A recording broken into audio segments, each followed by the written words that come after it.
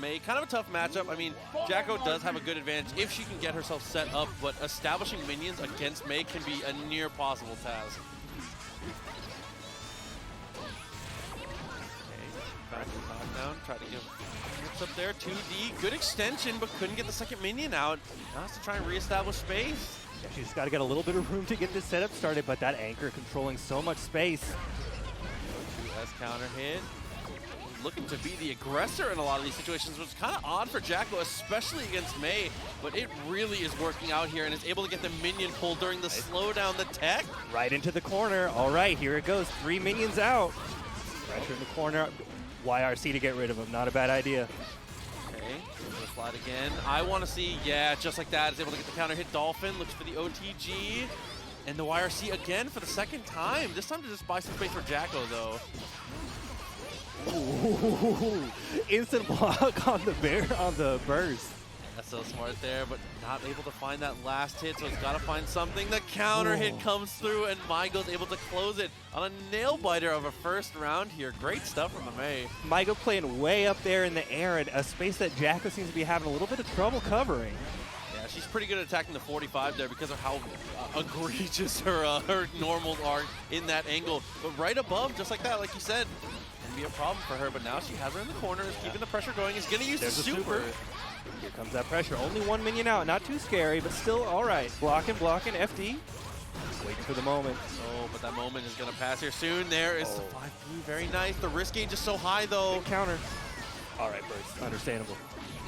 Gotta buy yourself that room. Pulls the minion. Tries to go for the runaway. Needs to buy space as much as possible, but another counter hit to come through. Maigo continuing to dominate that mid-range. So hard for Jacko to find the time to set up those minions when she's just threatening Tatsugeki by just standing still. Say, absolutely. Dude, Goblin Kokoro coming through as well, honey. Thank you. 22 months. Always a pleasure to see you here. I've been watching you stream some Valorant here. So let's see if Young Goku can get themselves back together in this one. First game going to Maigo. A lot of it is, like you said, buying that room, being able to get yourself enough real estate to actually pull the minions. It's so important to have the correct amount of, like, the correct spacing to do that. It's so tough to be a setup character in a game that moves as fast as Stride, because where do you find the time? You have to make the time, just like Young Goki is doing right now in the corner. Look at this pressure going on. Yeah, such a good job on the lockdown. Dude, the frame trap after frame trap, and it's just stealing so many turns here. Maigo doesn't seem to know the gaps. No, but look at the way that Maigo approaches from the air, just flying across the screen, way up there. Yeah, something we always see from Mei players. What a great mash. Yeah, Mei is an incredibly dominant aerial character, but another counter hit with the 2D. Young Goki, looking like a different player in this game, has just managed to find everything. There was just no room for Maigo. No, you could not one moment to breathe. That servant was in her face. Okay, good jump over. Trying to use the projectile. Not enough to get away from the 2S, though. Great opening. All right, getting in there, pushing to the corner. Okay, jab check. Over 5K, good attempt. A little too far away though for the actual conversion. Okay. Ooh, YRC, but that's a little too far, and it's able to block it straight into Elysium Driver. Wasting no time trying to set this pressure up right back after the super, getting as close to the corner as you can. Nice little hit into the corner, trying to jump away. Maybe missed an opportunity with the burst, though. You're never going to find a better opportunity to burst than you had earlier. No kidding. Oh, you have to deal with the chip. Yellow, gold, all right. Oh, not enough. Not enough. I mean, I was definitely pressing there about not having a better opportunity for a goal, for a burst, but the run-up gold burst, I mean, that's as good as it gets for sure. The hero burst, unfortunately, nothing going to come from it as Young Goki evens it up 1-1. Yeah, 1-1 looking very good here. As I've said, I think that this is a tough matchup for Jacko just because of how much pressure Mei is able to exert, and especially since, like you pointed out, she is incredible in the air. She's so good at being able to instant air dash, contest people at all ranges if you're at normal jump height or above. Yeah, you can't compete with that huge anchor in the air. Okay, OTG, push to the corner. Already in the corner is Young Goki. There's the counter hit to fight his way back out. Has always managed to find these spaces. Cross up a little too far. I want to point out really great retreating from Maigo, getting around the servants behind him.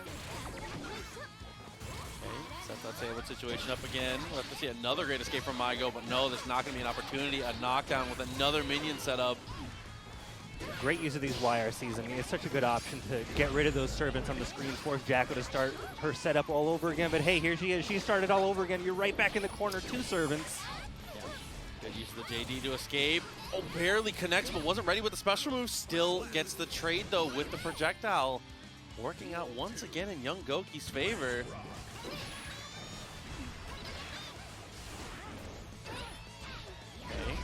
Oh, 2H starter only gets the 5K, though. Not a lot of damage for what should be one of the most rewarding starters for May. Ooh, okay, all right. Forcing some distance, getting that servant out there, running way under. Starting something. There's a throw, run-up throw in the corner, setting up. Here it comes. Gotta be careful with the 50 meters, though. Oh, and absolutely expecting the burst afterwards, though. Maigo's gonna hold on to it. Strong read. Not as much reward as that read deserved. Nope. PRC forward, steals the turn again. All of this pressure, and again, Maigo doesn't know the gaps, but this time is willing to just mash the Totsugeki to get out of the pressure and finds a max range 5D. The tip of the knuckle with that dust. Okay, good just block. Didn't get a punish afterwards, though. Soccer kick sends him to the corner. Young Goki full control again. Oh, and here we go. Okay, burst. Get out of that situation.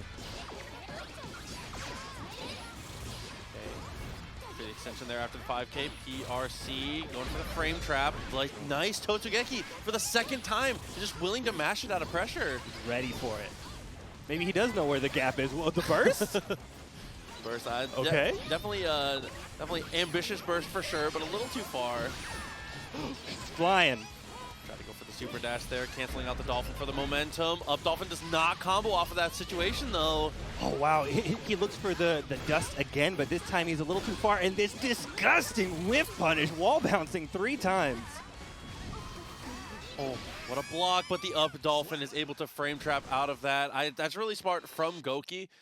To actually mash in that situation, because if the PRC doesn't come through, Maigo's locked himself into a situation where the only thing he can do after that is not a true block string. So Goki actually had a really intelligent match there, but Maigo's spending of the meter, that is the most important thing about Guilty Gear.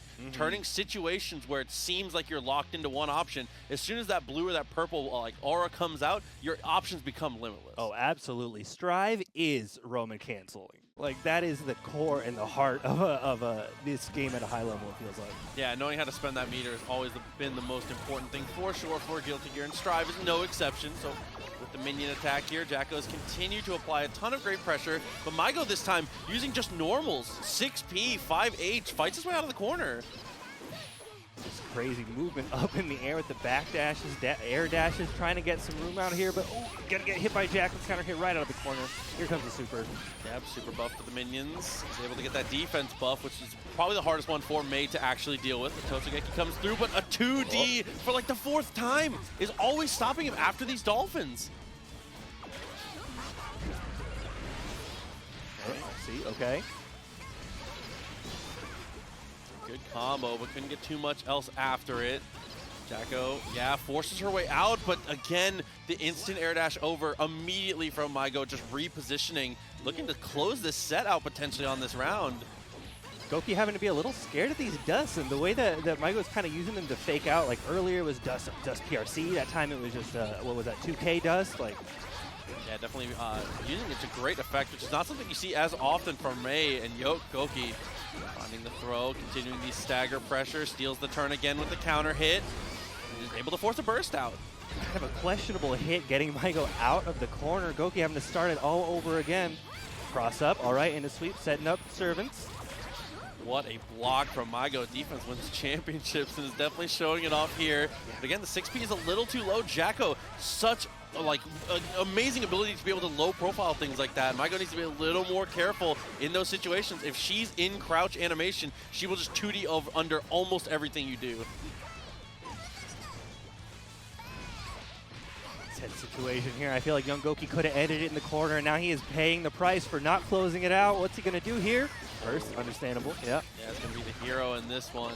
Potentially we'll have the burst left, though. And yeah, there it is. Maigo with the jump back heavy. Had been instant air dashing in so often. I'm never upset to see Faust on the other side of the screen. I think this is a matchup he can definitely work in. All right. As all right, starting immediately, right, getting him Faust right into the corner where he wants, trying to get in here with the mix. 2K2D, try to go for Snail. Nice burst timing with jump H. That's another one of those reasons why this matchup can be so difficult here. Faust is such a large target for Axel. A lot of his moves are made to attack very particular angles. But against a character as large as Faust, it can be easy to kind of trap him right away. He falls for a lot more things than other characters. Yeah, Faust really wants to be like taking advantage of his range with his big scalpel, but you know who has more range than a scalpel? Axel. Yep, gets another bomber, sticks him to the wall. Oh no! Couldn't get the wall break though. 2S, of course. And then Rainfall, very nice stuff. Another one of those things you have to look out for. The mix-up between using Rainfall and not is so difficult, because if Lapriz is able to call out no Rainfall and just press that dash macro and run in, it can be an incredible string of pressure. Backdashing over that grab. Ooh, nice extension there. Is able to get the meaty there with the fireball. Jumping over, nothing to follow up. Trying to match the 5P at close range, which I think is very good for Faust. But again, the 2S on the jump and attempt. Gosh, Lapriz was just trying to do everything he could to maintain the pressure in the corner, but it's too late. Axel had you full screen. He's got you time stop in the corner and the wall break. Yeah, just went for the 2S wall break this time. BRC forward, and that is a trade. Very smart stuff from D3 Will, just mashing the 5P at 99 seconds against Faust. There's really no reason not to. There's nothing he can do that's very high reward to beat that, other than like just pushing the dash macro and running forward. But that is maybe too much of a commitment for a game one guess. Oh yeah, absolutely. That is a very hard read with no information. Someone asking if this is D3 Will to smash D2D. I actually don't know. Maybe. I definitely do not know. Yeah, I have no idea. I mean, I don't know how many other D3s there are in the world other than the DDD, but... Yeah, I mean, maybe. We'll have to check the sponsor tag. But it's going to be the switch to Geo. So Lapriz has shown this showed this last week, trying to answer the Geo mirror. I think this is obviously a much better matchup for Axel here, but Lapriz is just going to have to show off and prove that they have the chops with the character to get it done. Slowly approaching with these dashes, but not making any headway. It's so tough to find the right timing to get in between all of these long Axel normals. Yeah, a lot of it too is just knowing, oh, okay, that was a good dash under, but knowing the ranges. D3 Will went for 2K2D, 2D whiffs. That is a very easy whiff punish for Geo. You just have to be ready for that type of situation. You can't hesitate on which right button to push when you're playing Giovanna, and gets to the dead zone, so now this knockdown kind of party time here for Lapriz. All right. Here goes breaking with super for that Oki situation. Max meter for D3 Will though. Offing the weight. Great dodging that command grab. I cannot dodge that command grab. I'm so impressed that he's dodged it every time. Yeah, it just has a really good sense for when to get out of the way. Giovanna, a very strong character at avoiding it as well, having a lot of special moves to actually jump over it too. Spiral arrow will go straight over the command grab if you've already put your hand on the ground. Oh. Great dashing from Lapriz, getting in, blocking those moves, but still not quite enough. You're back in the corner. Super jump forward and get a little more aggressive, but the jumps forwards are not enough. Jump S seems to be enough here for D3 Will as he dashes up to get the bombers rolling. Oh, so cool. Perfect. Yeah, a perfect against Giovanna. So difficult for Axel too. A lot of it again, it's just jump S. Jump S, my beloved here from D3 Will, has been so good, and Lapriz hasn't quite found the answer yet. Yeah, I love that double jump from D3 Will to see what Lapriz was doing, and then able to punish with a nice counter hit over there. Ooh, but Lapriz might have found a situation to potentially abuse D3 Will, and is able to mash on plus frames there. So now with this burst, the gold burst, using this meter, I want to see you get aggressive here. Leave him on some plus frames and see what he does. He loves to push that 2K. He's got the time stop unlocked. Waiting, looking for something. Not quite. And it's gone. Yeah, that's okay though. They like the burst out, dashes forward after rainwater. You can get for 2 dashes there actually if you're willing to be brave. Over the command throw, good way to steal the turn. That's what we need to see from Lapriz. Goes straight to the super and should break the wall. Yeah, absolutely there. All right, you got one chance, Lapriz. He waits. Did he press? I saw a press. No, he blocked. Jump, punish, excellent. Yeah, Lapriz, very smart stuff there. I mean, D3 Will, 50 meter, getting rushed down by Giovanna. She has at neutral. No reason not to, I don't think. I actually like the super from D3 Will. It's just unfortunate that Lapriz was on for it. You can make the right decision, and your opponent just know it's coming, right?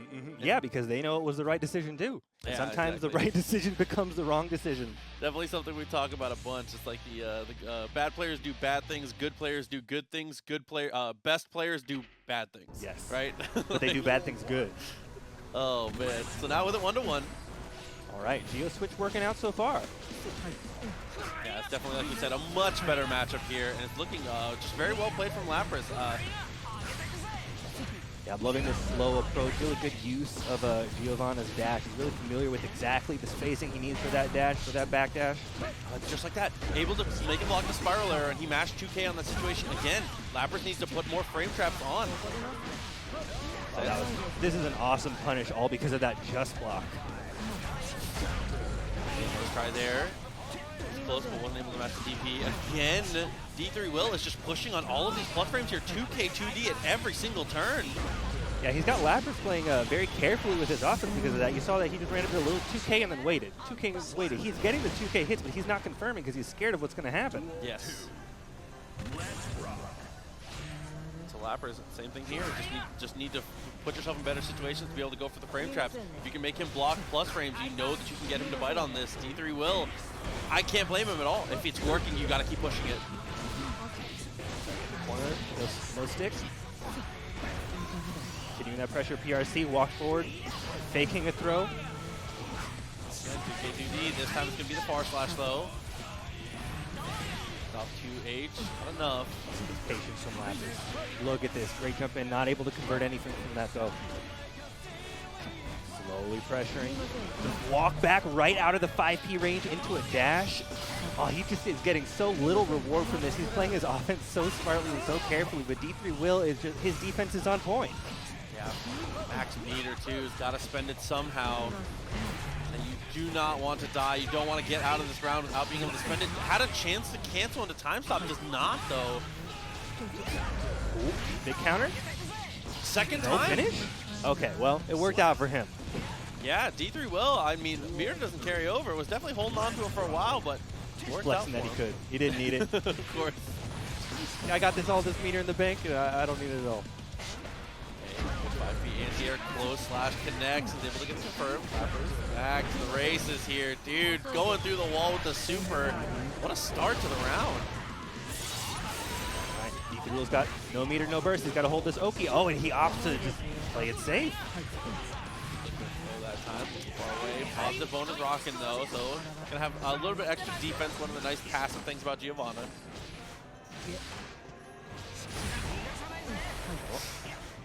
A little scared he's gonna be blocking it earlier than he thought. Gets the okay.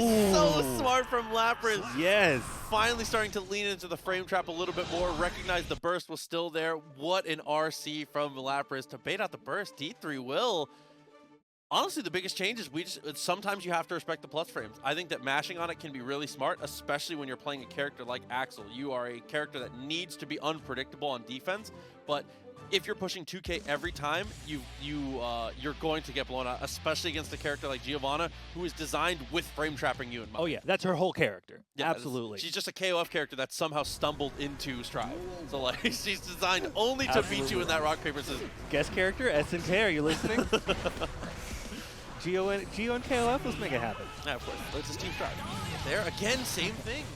2K, 2D, just to blow up the dash over. Extra damage, nothing too major. Even game. Again, I'm loving this careful approach that we're seeing from Lapriz. Not afraid to just do non-committal things with the punches. Nice BRC into the wall stick.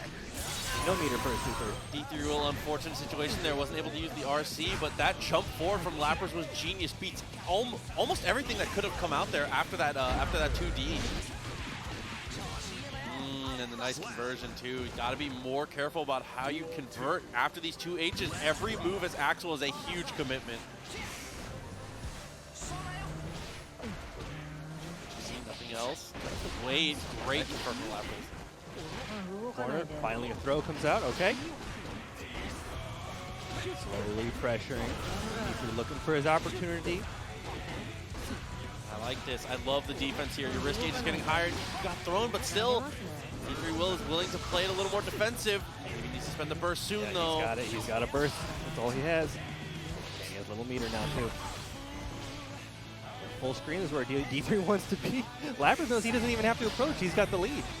Yeah, just react to the command throw. Do not get caught in the Renson. Very nice. That little bit of chip is not a big deal. As you approach, you are gaining meter. So in the end, this is a net positive for Lapriz, and he gets the burst. Yeah, easy, easy, predictable burst. You know, that's one of the big dangers of holding your burst for so long. I mean, you're on deal with it. Like we said, the hardest part is getting the real estate to get the minions out, and Nagoriyuki is going to make that a living hell for sure.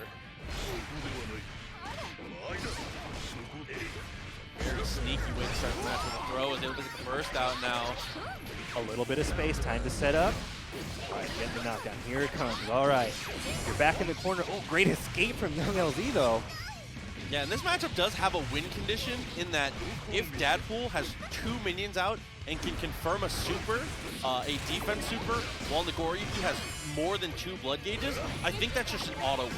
Because Nagoriyuki can't really do anything to answer that. So there is an absolute win condition to this matchup, while Nagoriyuki does have the advantage. There's got to be the second Tuesday. There's got to be a half moon out tonight. You know, we'll see if it happens.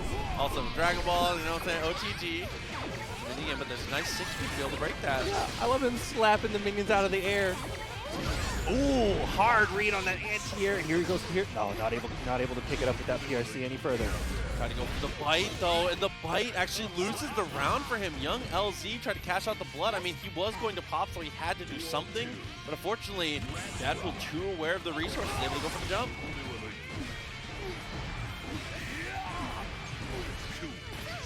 No cancel, gets the throw. There's the bite, and it is party time. In the corner. He can do anything he wants.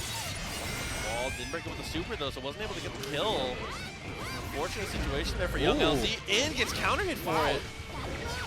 Oh, while he pulls, he gets Beybladed. Yeah, one of the dangers for sure. Pulling minions is once you have the minion, it's easy to establish it as Dadpool, but actually getting your hands on the minion is so difficult for Nagoriyuki. But it's good blocking so far from Young LZ. Yeah, I really like the way that the Dadpool Quartet exchange to get 2 minions on the board there, but already he's back in the corner again. It's so tough to get your setup and keep your setup because Nago can just even hit him like that. Look at that slash! Yeah. 4 of them in a row. That being able to use 6 feet into the Beyblade. Again, 6 feet canceling on the minion gets you so much real estate. Try to go for it again, but it's a little too far. It's working out, but there's the buff super. The defensive buff super. You can't smack these little boys anymore. Up, reduce the burst. Backdash, okay. Ooh, no punish. Dadpool there looking for chip now, and he's gonna be able to, didn't even have to use his burst. Dadpool was in kind of a stressed situation when they were close, but never felt like he needed to spend it, which I like. You don't feel pressured. I mean, you still have time. If you get hit, you have time to use your burst. No reason to overpress with it. I think a lot of people, when they have to block anything there, will mash on that burst. So good patience from Dadpool to hold on. You gotta have faith in your character and your options, right? For a lot of people, I feel like burst is just like oh no button, but like he trusted. He trusted that he knew how to get out of that situation. He didn't need it, and he still had it. So if Young LZ switched the situation around, he had another chance. He didn't need it. Yeah, absolutely.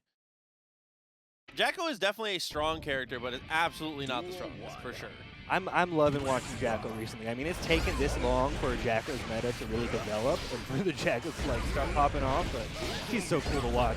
Oh, but we're not going to get watched too much of her in this round as Young LZ has decided it's time to execute. Oh, Dadpool can find a knockdown, actually. This is just winnable. The minions, he's got his little game going. 2 in the corner. Wall slat, super to break. Give time, that's one of the slowest supers. Okay, no, does plenty have of time. Grab him right off that wall. Driver with the shatter, so now max meter for Young LZ. Dadpool ran up a 2P? Chilling, waiting. Dadpool baiting the minion counter. Not gonna find that. Oh, and there's the clone to connect. I'm so surprised that Dadpool ran up to meet a Young LZ there because there's almost no danger to Young LZ just doing wake up super PRC. Yeah, with all that meter on the board. okay. Here it goes. Jacko try jump? There we go. Waits until 3 minutes for the burst. He saw 3 on the board. He was like, absolutely not. Escape and a better trade there. There's the pop. But unfortunately, it hits him. Oh no, he's okay. He's gonna convert that into his stick. Yep, super. He breaks the wall here. Very nice situation.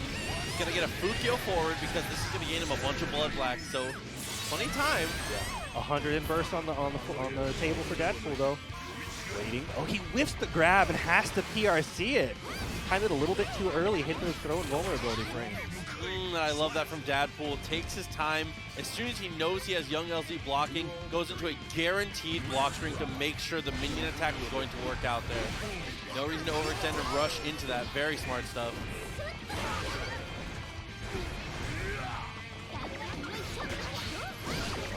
Finally finding a minion, getting the clap. Take a little bit of space. Nagoriyuki over here trying to play tennis. Out, dude.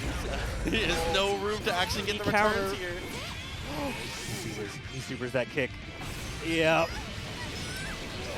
Rip of damage here. Gonna get a bunch of blood back. This is a great situation here for young LZ. Fukyo forward. And nothing. Just lets Dadpool backdash 4 times. Oh, can he convert that? Okay, alright. Decent reward. Back in the corner. Looking, he has no. Okay, yep. I was about to say he has no way to use this burst at all. He tries to blow it, doesn't get anything for it. Kills 1 minion. Not enough. Yeah, attack command repeatedly there from Dadpool, looking very strong as a way to call that out. That's gonna be 2 games now for Dadpool. Dadpool said he was gonna switch when he lost, but he never considered maybe I'll just keep winning. Maybe his Jacko is good. I mean, Dadpool uses this character as a counter pick. I've seen it in tournament from him more than once. While he is a main Ramathal player, this is he is one of the high level Jackos that we have here in the U.S. for sure. Yeah, I mean, he's among good company with people like Adventure. So there's a lot of great Jacko players, and Dadpool's definitely on the list.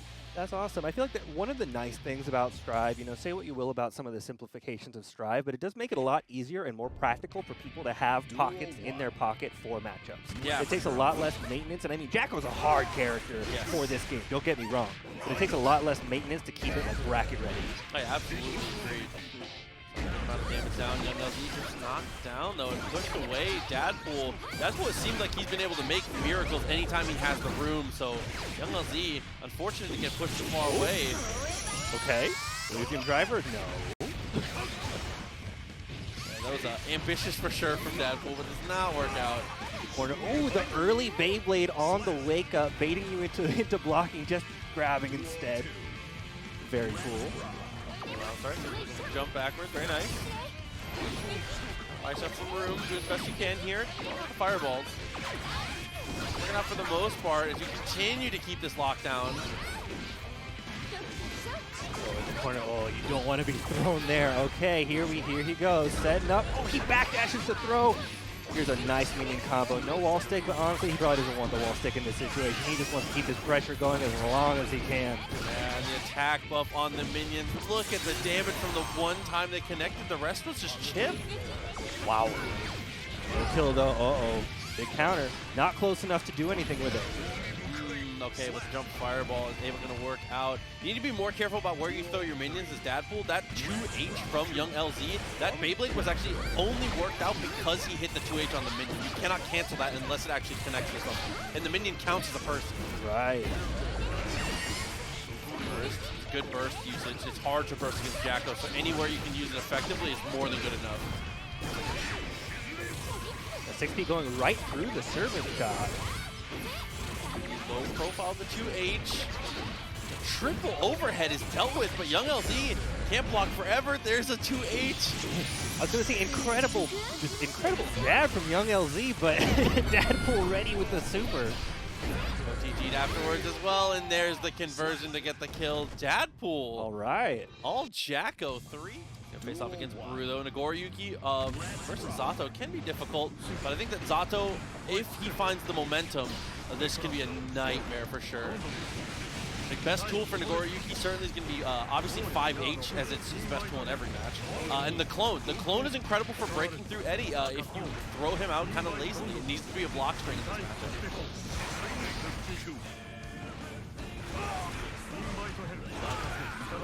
Look at this incredible spacing from Brew. These careful, unpunished bait plays, unpunished heavy slashes, just right at the tip of his effective range, but just outside of that like Zato 2S range. Of course, I mean, you want to be standing, in a perfect world, you're standing exactly where Zato's drunkard will send Eddie. Yeah. Because it gives you the most possible amount of time to be able to counteract it. As you've seen, Brew is like consistently pushing 5H to break Eddie and pressure Zato at the same time. It's the perfect range, but there, Water's able to find the hit, get the sword out. This pressure is not going to stop anytime soon. The double sandwich, double decker. Really nice stuff from Water. It's a $5 footlong. He still has his burst on deck too. Getting out of round one with Nagoriyuki when he was able to knock you down. Oh, speaking of, all right, Water, you got 100 meter. What you gonna do with it? TNS got the knockdown.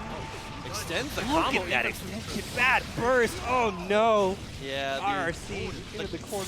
The Canadian burst, unfortunately, a little too north to be able to be spending that one with a PRC. Great Eddie-less combo there from Water.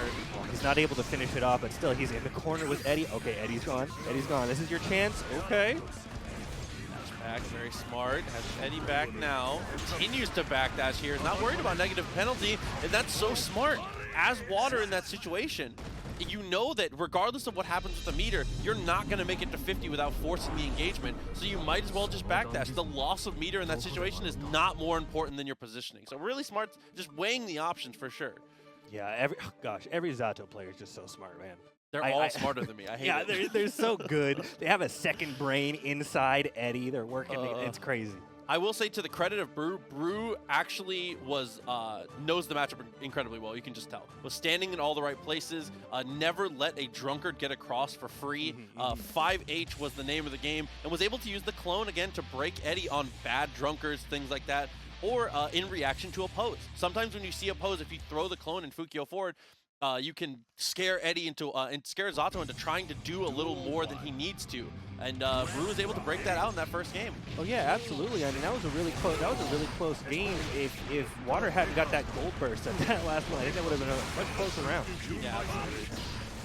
And this is one of those matchups, right, where it's like whoever wins, it usually looks one-sided. Oh yeah, absolutely. Two of the most unstoppable freight trains of momentum in this game.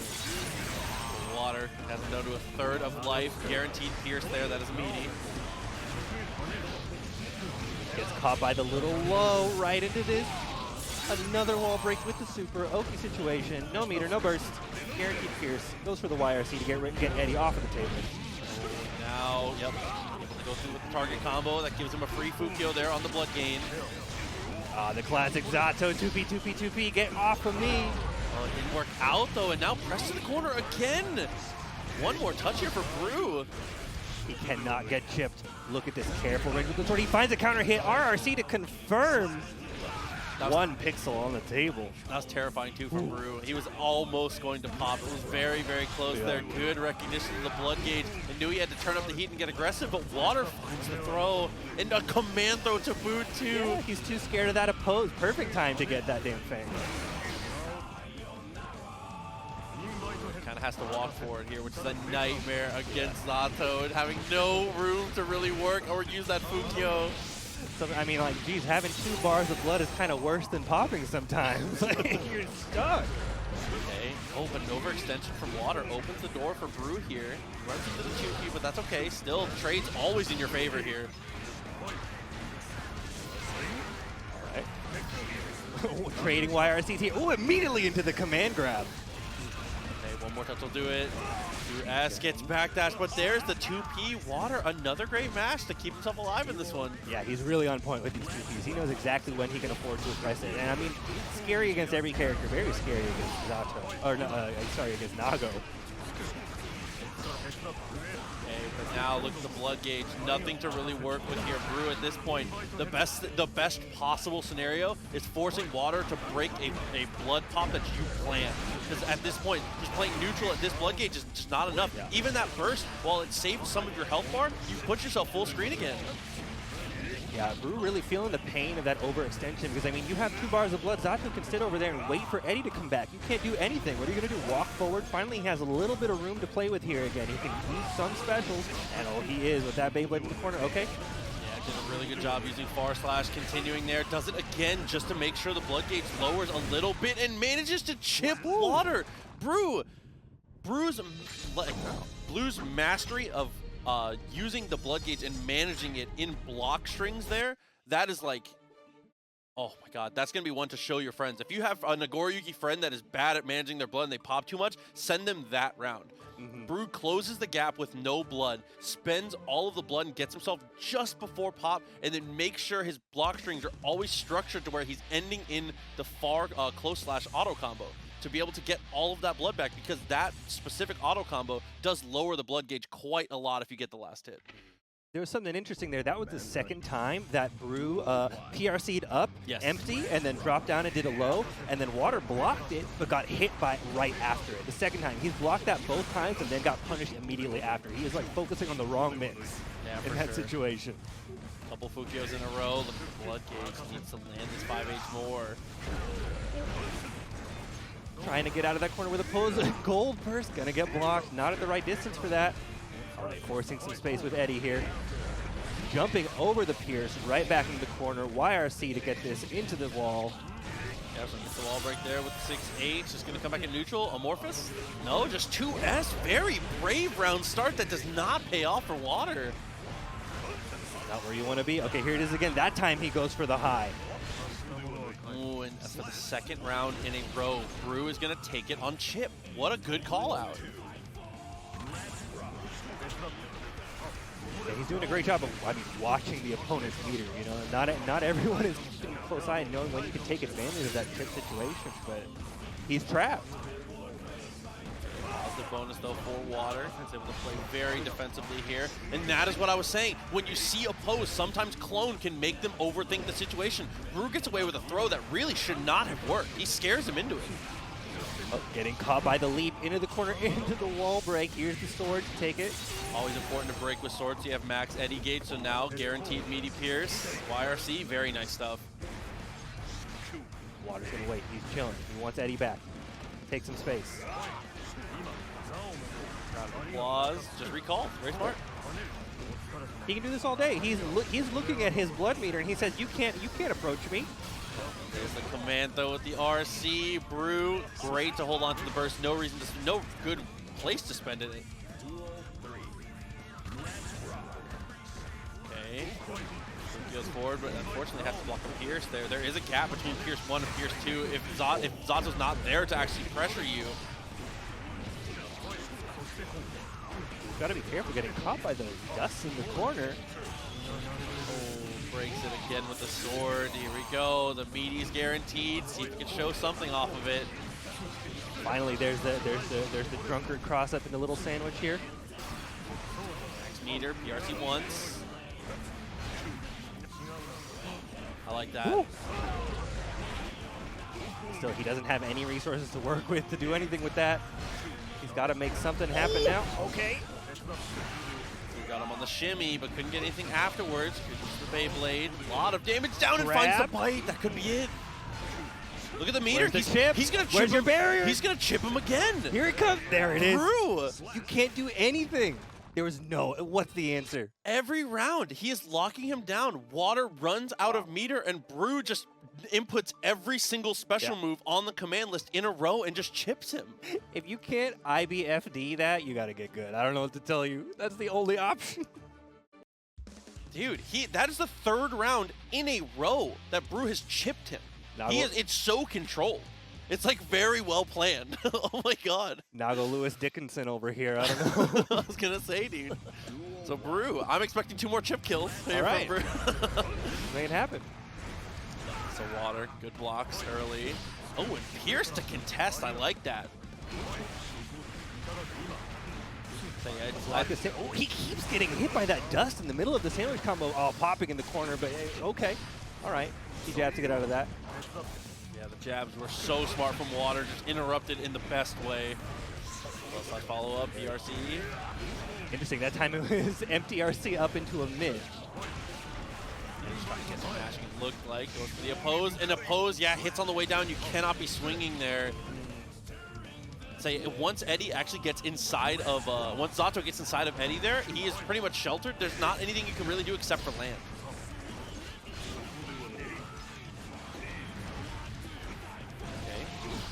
Slowly approaching, getting him in the corner. Oof. Getting punished for that oppose. I mean, he swung just a little bit early and all the way back to the left. He pops. No. Big punish. Okay, just a grab. Command throw is actually the optimal punish here because right. you get your Eddie back and it takes so long. It takes so long. Those are the drills, round of applause. That is going to be a chip out there. Very nice from Water. And yeah, for people that don't know, that actually command throw, if you don't have max Eddie gauge, command throw is actually the optimal punish, or if they have burst, because it's the only unburstable option that takes that long. Right. So really smart on Water to weigh the situation and get the max damage. All right, game 5. Yeah, first game 5 of the night here. Really back and forth between these two. And Water looked hella different that last game. That was the most controlled we've seen him for sure. Yeah, he's sick of being chipped. He is done with this. He is trying to level up his defense here. You know what's the solution? Stop blocking. He's got to start hitting. Of course. I mean, unironically, the best option to not get chipped is to stop putting yourself in situations to block. Look at how he retook the stage there, forcing Brew into the corner. Wall break combo with the sword, taking that Oki, taking that Eddie gauge.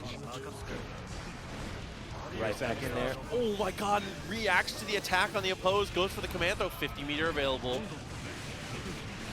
So good. Brew has nothing. Brew has no option. So Water, perfect. Dude, Water in unbelievable control there. Needs to find one more round like that to be able to end it here. Brew, we got to see more use of the clone early on. I mean, it's too expensive of a Floodgate meter to use later in the round, but just like that, you buy yourself a little bit of room. Water was able to jump out of it. Still has his burst too. Water doing such a good job of like using this range Eddie pressure into the recall to get his meter back, knowing that like, what's Brew gonna do? He's gonna Beyblade through it? No, he's gonna get sandwich combo just like this into the sword, getting Eddie right back, starting it all over again. He's got a YRC there. Yeah, really good call out. 2 blood gauges now. Fugio's forward and finds the hit all the way to the corner now for Water. This could be trouble. Be careful though, close to popping here. You can't really use any more specials. And how are you going to approach for a grab? You just got to wait. It's tagged by one of the leap hits, but no big conversion. Still, he's all the way in the corner. He's got nothing on him. He's got a burst. What's he going to do with it? Nothing. Trades in the air. Yeah, unfortunate to see him have to jump there, but that is just the kind of pressure that Water was putting out, and is able to hold down Brew to the point where there's really no option other than super jump forward. Osmosis. We faced off against Maigo. Maigo we saw earlier playing on the Mei. And again, into a rough matchup here. Mei, I think, has a lot of trouble. The biggest issue being, what does Mei do about oppose? Yeah. Oppose just blocking those big buttons that Mei wants to use to control the neutral. You can't control the neutral anymore. It's going to get your face. Yeah, that and 2S is actually a button worth contesting on the ground against Mei. Mei can be difficult to fight on the ground with your normals, but Zato, given the opportunity, 2S can be dominant in this matchup. Full block string there. Pierce tried to jump out. There is a gap there, but couldn't quite get out of it. Maigo, again, with that really great air movement that we saw in the earlier set, doing a good job of even getting around, like the Zato 6Ps, getting around Eddie being over there in the corner, being able to get it, but just not getting a lot of reward for this. Yeah, and mashing after the Dolphin, too. We've reached the point in this game where people know when they're allowed to swing against Totsugeki, and that is one of those moments. Osmosis shattering the wall and taking the first round. Didn't he have to spend his meter? Yeah, I feel like this should be much stronger for Mei, but like, how can you compete with this pressure? Look at this, again with the dust, taking him into the corner, baiting the block, into the command grab. Pierce pressure, another one. Dude, command throw after command throw, just making sure to keep the damage here. Far slash into the 5D, and it's important that he was able to do that much damage on the ground because he sticks to the wall so early. The burst wasn't even available from the first command throw on. It was never a burstable opportunity. No opportunity at all. Really great play, like playing around the burst, seeing that it's on the table, knowing your options to fight it. People saying that they heard this is bad for Zato. It feels difficult as for the little bit that I piloted Mei. Oppose is such a hard thing to deal with. I mean, when Eddie is broken, Mei just gets to have a field day for sure. But like, if you can actually get the room to cast a pose, Mei has a lot of trouble dealing with that. Trying to jump over it to get around 2H also is a nightmare. Just like that, 2S, tried to go for the Pierce. It does not work out, so he just immediately recalls, but there's a great dash over that gets the burst out. Yeah, Maigo's movement with these air dashes is so good. But Osmosis was ready. I mean, the quick burst, and we're right back to Zato's fun time. There it is again, the oppose. How do you approach it? It's not even preemptive. That was in reaction to an air dash. Ooh. Oh my god, shimmies! PRC forward backdash shimmy, punishing the attempted tech. Able to get his Eddie gauge back again. Leapfrog keeps the pressure going. 50-meter available. Not even going to need to spend it here. Yeah. That's the third time that Osmosis has hit with that mid-Eddie standing dust. As he's getting a lot of mileage out of that. Maigo is just like not ready to react to it. You have to be able, I mean, it's really hard to see what's going on when you are being sandwiched by Zato and Eddie, but you got to look out for that dust. You got to look out for that, the other overhead little guillotine kick. Okay, trying to go for the JP. Anti-air with Leapfrog. Backs himself out. Makes some space. Yeah, I like the way he's playing this. And cast a pose again. No reason not to. When you see Mei jumping like that, there's nothing she can do to scare you off of a pose. That was an amazing call. And now, as 50-meter, can just spend it on sword. Why not? Yeah, I felt like Maigo was acting a little bit scared. I mean, of course, you're going to act scared when you're getting perfected, but like Eddie was down, and Maigo didn't take the opportunity to take some space. He waited. They absolutely agreed. So yeah, that is 2 games for Osmosis there. And Water coming through saying you don't think it's that bad? Yeah, I think that this is just fine, honestly. I think that if I was going to go either way, I would say, if anything, it's very slightly Zato. But this is, it's very momentum-based, as Strive is, right?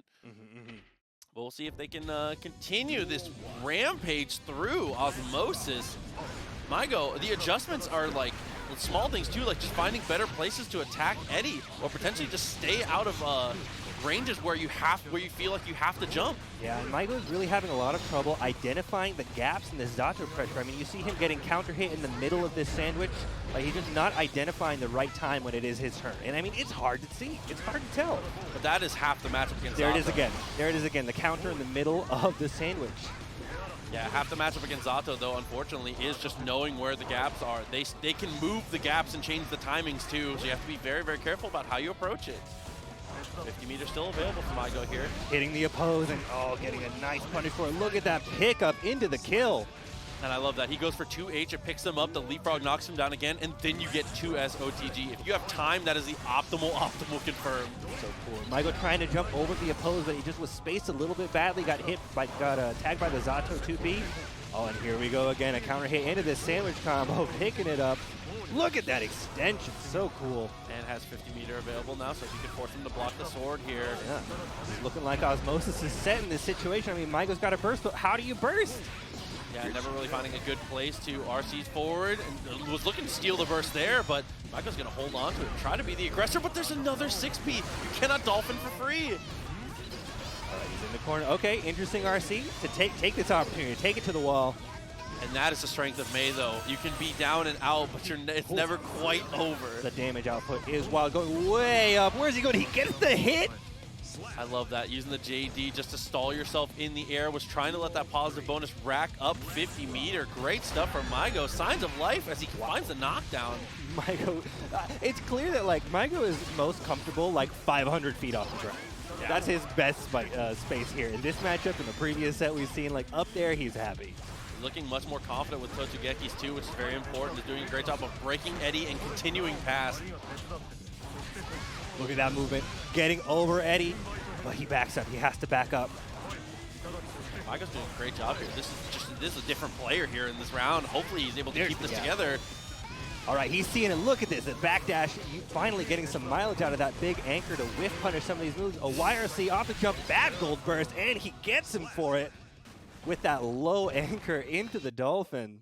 That was so much better for Maigo, and it felt like the major adjustment was just using Totsugeki more often. Was able to break out, was able to just kind of run over Pierce a couple times. Then I think he up dolphined over an invite hell at one point too. So there was a lot more options, a lot more holes that he created for himself by pressuring with the Dolphin. Yeah, Maigo kind of tightened up what he was doing there. I mean, in the first couple games, he was doing a lot of movement in the air that ended up getting tagged by the opposed, like on the way down, getting tagged by something. But there, like, he did a great job. Twice he air dashed and landed perfectly in between Eddie, who was going off, and Zato, who was getting ready to do something.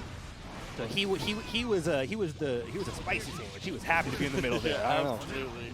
He was the sriracha. All right, get out of that corner. Yeah, he probably was a little too far away. Got his knockdown. Far H. A little too far, which is odd to say, you know, far H. But burst out there. Maigo again, as always against Zato. Any burst is a good burst. Yeah, there he goes. Maigo doing so much, way better job this time of seeing the gaps in Zato's pressure as well. He's been like knocking out Eddie a lot more. Oh, but not this time. Not with this pickup in the corner. No wall stick. But hey, you're still in the corner. That could be even worse. So smart there. That is veteran Zato play there from Osmosis. Oh, unfortunately, doesn't work out. Doesn't break the wall. This is his chance. Can Maigo turn this drop into something? Uh-oh, oppose. Okay, he's blocking. He's fine. He's blocking. He's fine. Burning his meter. Getting tagged again by that standing dust. Not going to be able to convert it into anything. He's too far from the wall. Once again, plus Dolphin, minus Dolphin. Back up. There's the opposed. Jumping over the opposed. He backdashes, knowing that Osmosis is going to run forward. Oh, yeah, with the jump heavy punch. Very nice stuff from Osmosis, and now has set it to set point here. Maigo still sitting on a burst, though. So there is hope here. Let's jump over. Oh, big counter. Big counter. That is an amazing starter. Look at the damage here. 50 meter built up for Maigo. Just needs to find one more touch. Anything will do it here. You know how Maze damage works. Continue to jump over, spaced himself out a little bit. Tried to jump out of Pierce, but for the second time is caught on that attempt at a jump. Ooh, I like that YRC. That was a good time to RC. He felt the mix coming. He knew he was going to get hit. He had to get out of there. Traded with the Drunkard. Oh, with the dash up command though. Max, Eddie, Gage. Nothing guaranteed off this though. Getting out of there. Maigo does have burst. Momentum here from Osmosis, but Maigo try to go for the same side. A great attempt, but the defense from Osmosis looking beautiful. Strong block. All right, you're back in the corner. Maigo having to burn all of his meter on this FD in the corner, just trying to get him off of him, but that limits his options. Okay, he finally blocks that mix-up in the corner burst to get out of that situation. Careful with that opposing. He's going way high, going past the opposing Eddie, forcing some room. Now over the invite hell, looking for something, dashes up to S, is able to avoid, continues to avoid the opposed, but the sandwich comes through again. No more Eddie Gage though. Osmosis in trouble in this one. Osmosis is not managing his Eddie nearly as good as he was earlier in the set. Maigo's change of pace might be throwing Osmosis way off here. Yeah, and I mean, earlier in the set, never mind. Here we go. Here's a sandwich. Okay, doesn't get a full extension. A little bit of a reset with the drill. I really felt like Maigo wasn't taking advantage of the Eddie downtime in the first game. Like, look at this big change. He's getting around him. Okay. Dolphin still has a hitbox on the way down. He's able to catch him out of the PRC. Look at these panic dashes. He's scared. Please keep me in the corner. Osmosis is like, sure, I mean, if you insist. Oh my god, what weird a hit. PRC. Holy moly, what a mix-up there. He's able to avoid the leapfrog, but not the second. No, that's it. That's it. Absolutely. And I just want to point out the most important thing is that Osmosis, the most impressive thing that's on here, and Mike Saftig is an incredibly strong, I believe, player from Mexico playing the Soul Bad guy. Oh, awesome. I like that we get to see so much representation of the rollback net code. Yeah, hashtag Mexico is NA. Hate that for everyone. Annoyed that had to be a thing at one point, but here we are, you know. Ooh, knocks on the door, continues with the combo, burst out from Lapriz, very smart. Yeah. All right, he's able to burst in here. All right, Soul Bad Guy doing Soul Bad Guy things in the corner, strong tech. Okay, he gets out of this situation. Lapriz more than happy to walk back, take a little bit of space. He wants to get into that effective scalpel range. Yeah, it's hard too though, because the perfect range to actually threaten with a lot of Faust normals is exactly at the tip of far slash, and that is a nightmare to navigate, especially against a player here like Mike, as he takes that first round on a great confirm. Yeah, great conversion off of that. Just hitting with the tip, converting into a full combo, as Soul loves to do. Extra damage there, the just frame, mini Faust, Little Man. A menace. Little Man, converting off of the Little Man, we love that. Far slash, very nice recognition of the hit, goes OTG and gets one item out, but not too much else. Corner, okay. Lapriz doing a good job of respecting the plus frames, knowing when he can back up, take a little bit of space. Okay, he blocks out, runs up. Blocking that burst? My God, what a punish there from Lapriz. Gets the close slash and just jumps. He's willing to give away the damage to steal the burst, which I think a lot of the time can be ill-advised, but that is an amazing answer from Mike, reacting to it. Knew the reset was coming, so smart. Whoa. Punish on that attempted grab, but not enough time to actually get the punish off of that. Lapriz able to get the block and continue his pressure, pushing Mike into the corner. 6-6 base conversion, no wall break, doesn't want it. 5D pushes forward, stuck him to the wall on the ground though. That flex, that reset bait, the scissors taunt. Dude, what a way to go there. I mean, from Lapriz, that's one of those situations where, like, canceling out, gain a little meter, you know, that was kind of sick the first game. You give him little magic hands. You just give him little scissory jazz hands just to throw him off for a second. That's tough. I mean, Mike, unfortunately, and that's one thing that we always talk about for Mike is notably a very patient soul. He's willing to take the time, play it slow. He loves to play these slow games and wants to just play footsies with you. It's all he wants. And Lapriz is beating him at his own game right now. Just like that. See, Mike loves to just knock on the door, gun flame, doesn't ever want to overforce situations. But there's a little out of character with the attempt at the vortex. Yeah, Lapriz knows the spacing that he wants to be at. He's ready to punish these options. All right, he's got the Afro on deck, the Flaming Afro. Scarecrow mix-up goes to the side. Trade with 6S, never what you want to see, but that's okay. He uses mix, but gets punished. He needs to get checked for his license. He did not fly far enough. Well, is Mike happy to take that Afro if it means getting you in the corner? Oh, but now he's put himself on a dangerous timer here. Forcing his combo to end because of Afro explodes. I don't know if he would have been able to kill off of that. Otherwise, a big counter and the OTG. Lapriz dash up 6P. What a call out. Continuing to look incredibly dominant here. The 100 tons, a little too far away, but that's okay.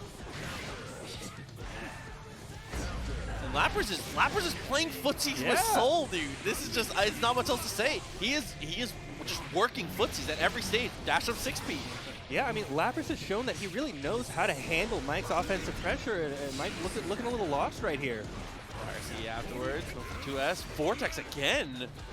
Too far, but that's okay. Price the advantage. Corner, get that throw. Goes for another one. No, he was jumping. He was ready for this. Forcing his way out, using the little man to push him back in the corner. Mix. RRC continue the pressure. Gotta burst that. Gotta burst it. One hit though. Oh my God, dashing up like that, gets close enough for a throw and starts smashing the 5P. Lapriz is playing with a confidence that you do not see from a lot of Faust players. Again, I cannot stress enough that he is like actively engaging in footsies in a character that is just known for making that hell on earth to play. Yeah, I mean, Faust has good neutral, who knew? I didn't know. Today I learned. But yeah, dude. I love that his tag is Nerf Ram, by the way. You guys' in-game names kill me, and I love it. Thank you to everyone who has... It's just amazing. Here we go. This is potentially the final... All right, okay. Look at the meter. Yeah. Look at the meter, dude! We agreed we're starting this game with 50 each. Let's go. It's like when you were playing Budokai 2 as a kid, and you were like, let's just charge at the beginning. Oh my God. Gets the trumpet, but it doesn't mean too much as Lapriz is able to avoid. Faust don't tend to mind getting their trumpet taken too much because he just goes up there. But oh, here we go. Finally using that early 50 meter to do some stuff in the corner. PRC to extend it, okay. And the PRC is enough to optimize to get the kill.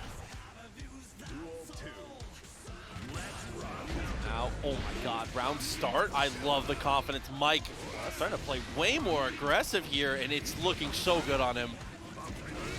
I feel like Mike took just enough of a break from his pressure to kind of like reset it mentally. And now he's in there again, playing soul, using those plus frames, and actually getting some really good mileage out of it. Okay, RC to make that safe, sure. continue. Oh, he gets kicked out of it. Oh my god, went for the punish there. The reversal vortex. And there's the 6H. Dude, the presence of mind from Mike to know that was going to punish. It was the best possible starter he could get in that situation, dude. I mean, that button is faster than you think. It goes further than you think, and it gets more reward than you think. Even Lapriz in the chat comes in and said, Mike kind of OD for that, bro. Oh my god. I respect that. Dude, that was sick, though. The jump block 6H. Let's go, dude. Lapriz, get out of chat. Come on. He said, you got games to play, bro. Yeah. Everybody said, please, focus. Oh, my God. And, you know, everyone that told him that is like, bro, I bet on you. Come on. Yeah, come on. Come on, bro. I need my points. Channel points on the line. Oh, my God. All right.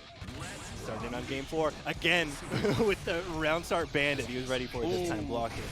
It's dash up this time. Very nice. Gold burst. The gold burst setup. Bomb into the corner. Can he can extend this with all that meter. And I believe that was a buff in this patch. This super before did not work the way it's about to. I think it didn't break the wall originally. Yeah, once upon a time it did not, yeah. Taking an opportunity to set up an item, play at the range that he wants.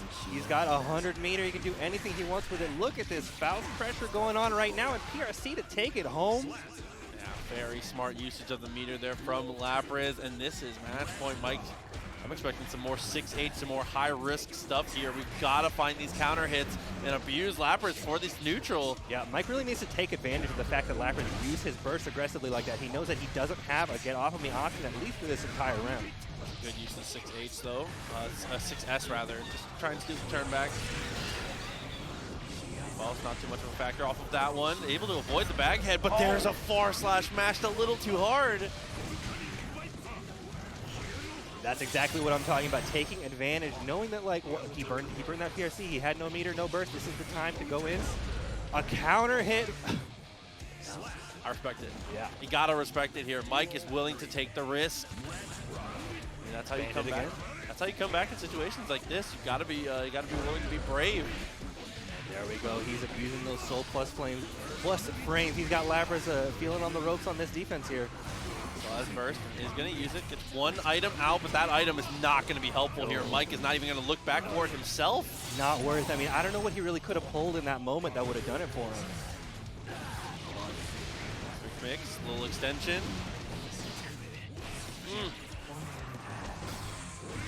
Careful of that bomb. Okay, he doesn't manage to extend off of it. Oh, went for the 5D, tried anti-air with it? You're right. A little too far, though. Yep, pushed him away. 6H for the whiff punish again. Mike is making a living off of these round-ending 6Hs, and Lapriz comes back in chat and says, man, I'm about to get swept. No, don't talk like that. Don't talk like that, man. He said, not like this, bro.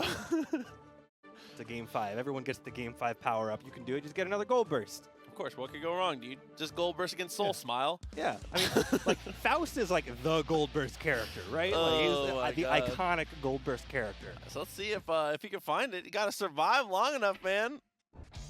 So 2-2. Mike has been taking risks in these last 2 games, and I like it. I mean, he has to. I mean, if you remember, like game 1, game 2, Lapriz was doing such a good job of like playing defensive against kind of the standard Soul offense. And oh, here we go again. We've seen this before. Got the Afro on him, gets an extension with that little explosion right into the wall. Oh my God, Afro looking like the adjustment here from Lapriz. Guaranteed situation. Mix. Oh my God, what an instant overhead. And he knows how to convert off of that. It was going to happen in the mid combo. Little bit of an overextension. You can't do that when you got that haircut. You can't go out like that. Nice punish. Doesn't get too much else after it, but that's still, you gotta let him know it's not safe. There it is. The gold burst. He's got the script. 6P, mix. RC's fast, it gets the low. Burns it for that, but hey, he's in the corner. He's got a little man taking him out of the corner. That's really unfortunate. Their mini Faust actually playing for the wrong team. Corners Lapriz now. That is that's such a bad situation, but he's able to kind of float his way out of it, you know, casual. Mike puts him back. He said, this is your home. Good match again with the item. Okay, it worked out for him. That was kind of a scary situation with the item. Okay, Afro, all right. Where are you going with that EES haircut, Soul? Come on. Oh, what? JK a little too far. Max meter for Mike has got to use it somewhere. There's a start. Okay, uh-oh, blocked YRC. That's big for Soul over here. He's in the corner, wall bounce combo. Doesn't break the wall with the super though, so this is a great situation for Lapriz. Careful for the Vortex. You know he wants it. He has the meter for it. I love that air-to-air. Oh, counter, burst, block. Ooh. Lapriz, what a call out there. Doing the place, Drunkard to reflect fireballs. Pressure can be tough for Kai to deal with. A lot of players that play Kai actually do switch off of him in this matchup if they have an alternate character, but Last Metroid thinks he can do it here. Look at that. Immediately, water ready to reflect every one of those projectiles that comes out. He's pretty comfortable with the spacing here, trying to fish for something here. Okay. Getting a light hit. Both of them just kind of trading little bits of neutral right now. Nothing really getting started. Water trying to take this opportunity, push him into the corner, but Flash Metroid knows when he can run forward and take that space back. Okay, plus frames. Able to get shock state on him again, but yeah, oppose. First to keep him in the corner. Yep. Understandable. First was really good timing. Okay.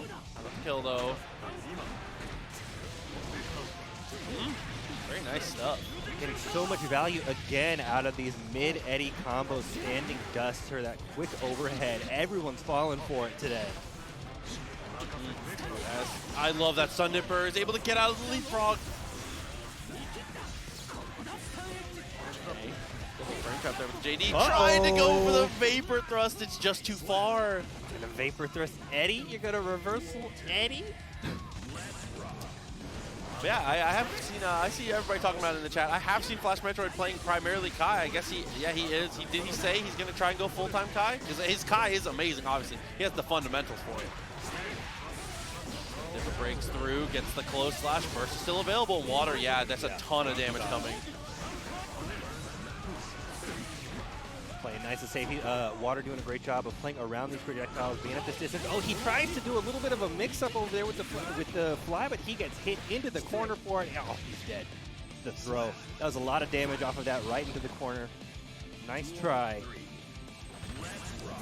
Okay, 2S. Oh my, that's the Kai special.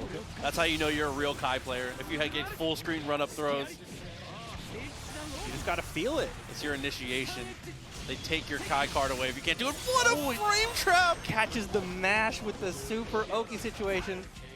Doesn't really convert anything off it, but another grab. Again, these run-up throws. I'm just going to call it an SPT. It's an SPD when Kai does it from here on out. That's done.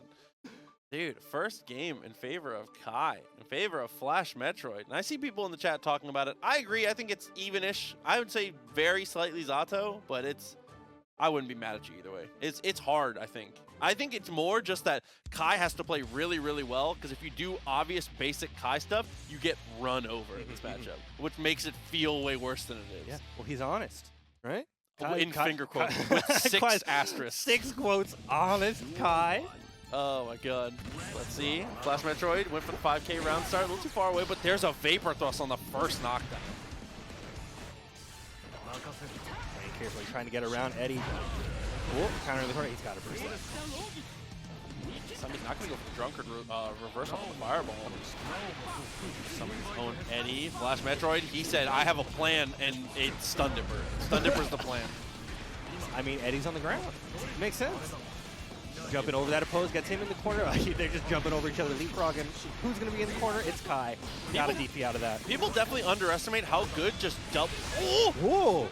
I like that. He's been planning all set to try and go for that specific mix-up. It doesn't quite work out, but he's still able to get the kill off of it.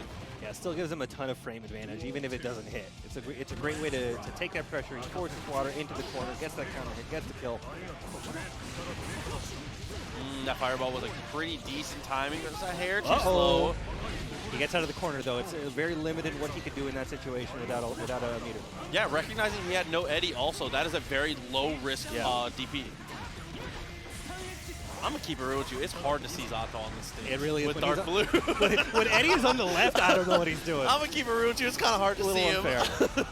Got the throw 2S. The burst is still available. New rule, you got to use the white Zato. I mean, I can't. Oh my god. Managing to get Water to block even when he has this much meter. Yeah, this is just like, look at this, really, this is just clean fundies from Flash Metroid over here. Just playing solid neutral, using the spacing of these sword normals. And he killed him. He killed him. Wow. Water had burst. Water had max meter.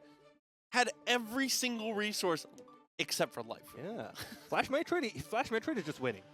Like, I can't point you like, oh, he's doing this crazy thing. He's just winning. He's just doing. He's got everything. He's throwing fireballs at great timings and using meter to bait with his fireballs. Stun Dipper in all the right places. His risk, weighing the risk reward very well on his fireballs. Flash Metroid, honestly, just kind of showing you how the matchup should be played from the Kai perspective here. Water's more than capable of coming back in this, though. We've seen Water come back from bigger deficits in harder matchups. That's an amazing way to start. Gets the summon. The sandwich again, the standing dust, it hits them every time. Huge reward off of this, pushing you into the corner. I say it so often, Zato players don't show you mix-up level 10 because you guys can't block mix-up level 3. Yeah. Dust is it. Dust is so effective. He glows yellow. It's just too good. Jumped over the fireball, very nice spacing here. Has meter. To find a place to spend it though, maybe cast a sword soon. Flash Metroid, he knows when he's got to play Street Fighter and he knows when he's got to play Guilty Gear. Agreed. I think it couldn't be better. It couldn't be put better, to be honest. PRC get out of that. PRC get back into that. Uh-oh, okay. He has to burst that off of that counter hit. Counter hit with Shock State. He absolutely was going to kill him off of that. Tries to go. He went for breaking the law to try and steal the burst there, but a smart on Flash Metroid not to spend it. I like this aggressive dashboard run start. Flash Metroid runs back. Okay. 6H you on with no burst. That's the best possible starter for Kai. Oh, that's like max damage, no meter. Cool.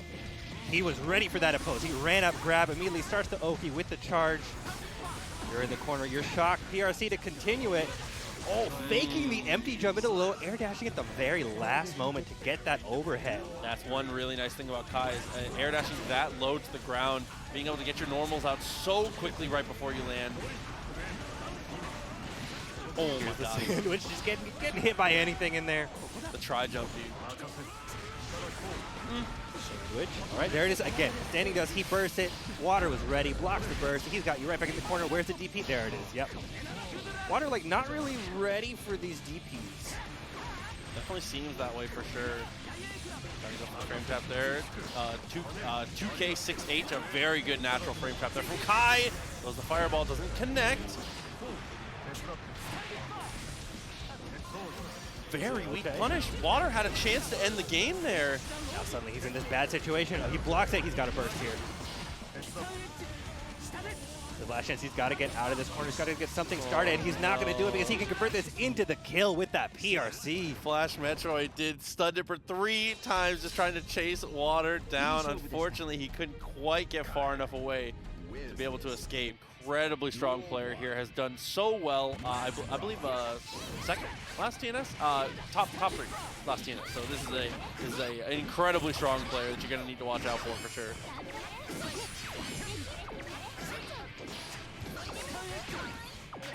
All right, here we go. Jacko things happening. He's not afraid to just run forward through these minions. Okay. Oh, what a conversion there from that distance. Didn't get too much else, though. I like him delaying, though, because if he can find the hit on this situation now, it's going to kill. That'll do it. That's the power of intentional resets. Yeah, I really did like that mash from Dadpool on the 5P, getting him out of there. I mean, trading in that shock state, but then he went right back in there. Okay, 2D wasn't quite close enough to push the minion. Now, yeah, the fireball game is not something you really want to engage in with Kai. Kai is so effective at being able to just break the minions from pretty much any distance. Yeah, that angled fireball in the air does such a good job for the spacing that she wants to be throwing these minions at. You see, it nails perfectly. Headshot. Look at this conversion into the corner. Oki with the charge shot. Got a YRC. Takes a turn back out of that corner. Combo looking good. Just blocked. Doesn't get too much done. Chases her down, not allowing her to escape for a second. See grab, we're seeing that grappler come out again. And fast PRC into throw there is so incredibly difficult to deal with, just in the fact that off of the PRC, you're expecting to still be in block stun. Blue Heck waits just long enough to get the throw. That was an incredibly difficult, like, grab point there, dude. Holy moly. Yeah, TK Heavy Fireball, like you were saying, that thing is very, very difficult to deal with as Jacko. If you are full screen pulling minions, or if you have a minion in your hand, you are at a height where that TK Fireball will hit you at any range. Yeah, exactly. I mean, in a lot of matches, I mean, because like where he's doing it is that he is jumping really high up and doing it. It goes like exactly full screen. Yeah. You know, another character would be taking that time to run in and take that space, but he knows that Jacko wants to sit there. Jacko wants to pull. Jacko wants to set up. And it's quick too, because throwing it at that height is actually the TK timing. Kai throws himself very high into the air after he throws it. Yeah. So by covering that space with that fireball, you are forcing Jacko has to pull closer, and when she pulls closer, you are more vulnerable to those slashes, to those heavy slashes. My entire goal here is to put you right in range of Stun Dipper. Absolutely. The neutral button. 6-8, a little too far. Shock stayed on, loses the turn though. And yeah, you cannot just pull these minions as, oh my god, the max damage starter here for Kai. Jumping. 5 overheads. Oh, but great defense from Dadpool getting out of the corner. Nice little combo. Oh, able to convert off of that little minion hit. Okay, so dash over the fireball this time. PRC doesn't commit to the block though. Maybe smashing the 6P. He's gonna lose his life for it. Another round of Blue Heck. Yeah, I'm seeing a lot of PRC into get hit today. All right, counter hit to start off. Knock him into the corner, getting that set up. Continuing the pressure with the minion. Takes a moment, no press. There's the Vapor Thrust. I like that from Blue Heck though. I mean, Dadpool doing a great job trying to go for these turn steals, but Blue Heck not biting on a lot of these weird situations. If Jacko puts you in a situation you've never seen, usually you should probably block. Yeah, I cannot believe that the Stun Edge got through that, or Stun Dipper. Okay. Back to it with the TK Fireball. Yeah, heavy Fireball, not something you get to throw often, especially with how good the minions are, but the People's Elbow clears out all the minions and gets the burst from Dadpool. Dipper getting through any attempt at setup on the side of Dadpool. It's gonna hit. Come on, get you in the corner, you're shocked. Taking your turn. Amazing instant air dash there, drops the minion, empty low. Could kill with this. No, not going to be able to find it. Taking the opportunity for the super. I felt like Dadpool could have had that round. Something went wrong there. Really unfortunate to see him pull the minion there. I mean, I think he had just kind of already pulled it at that point. That was just a good read on Blue Heck of what he was going to do in the. Oh, Dadpool tried to super it, and pulling the minion was the super. So if he gets Elysium Driver there, he jumps the fireball for sure. Right. Well, sometimes you got to read that the opponent is going to miss input, you know? That was just a really big brain of him. Blue Heck genius. Oh, man. Let's see if Dadpool's going to stick it out here. We're going to see a little more Jacko. I would love to see it. I think it's doing pretty well.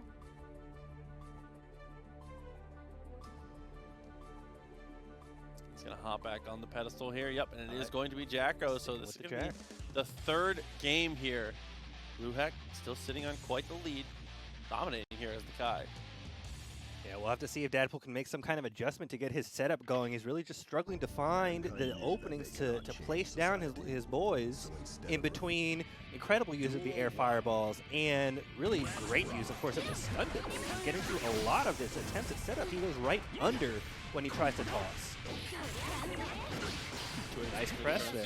That was a great OTG. Drops the minion. This time it's going to be overhead. Again, it's going to be overhead. Look at the mix-up game working so well, but there's the DP. Yeah, finally, I was wondering where it was. PRC back and sweep to get another setup going. Okay, cross up. Minion pressure. Mix-up again. It's been cross-up overhead all day here for him. Blue Heck finds that knockdown again, and with the shock state on, tried to go for +4. Instead, he has to use his burst. Oh, that 6P right back in the corner, getting this bounce combo. Dragon install. Oh my god. He's in the air. Yeah, he's in the air. Oh, no big punish. He still takes it. Still takes it. Still gets in there. Very nice stuff. OTG with Dragon install. I love Dragon install. I'm a big fan. It's the best way to use it. When else are you going to use it? Yes, yep. From that distance was going to be a combo, so it's forced to burst. Again, can't set up. Look at fireballs from Blue Heck. I like this though. Dadpool doing a better job of setting them up now, being able to pull the minion and then jump and release. Using your normals to push them across the screen is just as effective as throwing them. Oh, finally he gets some mileage out of that dust in the middle of the combo for the quick overhead. Again, everybody getting hit by these today. All right, here. The corner. Oki. Fireball trading it out. 5K, got the sweep. Max meter here. Dadpool's got to find a way to spend it. RC. Okay, little hesitation just in case of the burst. Able to get the kill. Blue Heck, very smart to hold on to it. Dadpool feeling pretty comfy with the blocks right now. I'm not really seeing a lot of strike throw pressure from Blue Heck right now, so... Oh, but he's pressing there. He's going to get hit by that counter hit in the corner. There it is. There's the throw. He knew he hadn't been, he wasn't jumping. And again. Oh, and waiting to the final round to start busting out the heavy throw game here. Needs to find anything, and jump back S is enough with the perfect. And that was a good call out on your part, to be honest. Blue Heck, you listening to me, buddy? Blue Heck held on to it for that long. Into our next match here is going to be Flash Metroid facing off against Lapriz. Lapriz, we've seen phenomenal Faust player. And Faust has some weird tech in this matchup. He can duck fireballs from Kai very consistently. Yeah, he's got the weird little crawl, a little eldritch little crawl. All right. Oh, meteors. First meteors we've seen from him all night. Gets a decent amount of damage off of it, but now off of this knockdown, Flash Metroid forced to burst him out. Push the fireball back, very smart. Mini Faust gonna put in the work. Not too much though. Look at this close slash pressure. Just Flash Metroid having to keep blocking. He takes it. He's not afraid of throw mix here. Yeah, Faust turned into May for just a split second there. And look at the risk. Look at the risk. Any hit from Lapriz? Yeah, absolutely. Okay, he had to burst that. Absolutely. Okay. Interesting hit out of that PSC. Not going to be able to make anything of it. Uh-oh, and gets a side switch. He could have killed it. That didn't happen. Flash has one more chance here. Oh, that normally is a true combo. That actually did not work out there. Here comes the pressure. Great mash from Lapriz. Recognizing, again, that looked like he was probably about to run up throw. Yeah, that's the best. That's the best damage and setup to go for from Kai is 2H into heavy fireball. Actually, very unfortunately, doesn't work out there. Flash Metroid trying desperately to get the trumpet. Lapriz says, no, come here. Bomb on the table. And meteors. Oh, he trades with the bomb. He loses all of the advantage he got from the pressure of that bomb. He's slowly trying to push him towards the corner. He's got to be careful. Okay, grabs through the explosion. We got an Afro out. He grabbed the reversal. He grabbed the vapor thrust. Yeah, very consistent situation that you can set up as Faust. Fast RC, nice blocks from Flash. Incredible defense, but it culminates in another hairstyle. Yeah, he recognizes the blocking. He's doing a good job here. Oh, great okay. All right, Lapriz is on one. That last round was incredible. All of a sudden, it was just Zangief with a bag on his head just showed up and starts command grabbing him all over the place. Lapriz showing out in that one. In Flash Metroid, I'm gonna keep it real with you. I think he's about to switch to Axel. He's about to hit him with the chains now. He said, "I'll give you one." Give you one. Because that is a not a great matchup. All right, let's see it. Yep, there it is. There's the bandana. So it is going to be. The bandana has been claimed for Flash Metroid. Lapriz, this is not a fun one. No, I bet. I mean, is any matchup versus Axel fun? I mean, some characters have positive matchups against him. Faust, unfortunately, is not in that club. Even if it's positive, that doesn't mean it's fun. That's a different question. Dash away, though. A little OTG. Renson, one of the hardest things about this matchup there. If Axel is maintaining charge, Faust can't really throw items. Pressures them out in a lot of these situations. Slowly crawling forward, FD breaking just to get a little bit of range, and he finally gets him with the dive scalpel over there. Ooh, for the second time, was able to jump over. 100-ton anvil, able to get him out. And off the reversal, Mini Faust is going to represent a ton of pressure here.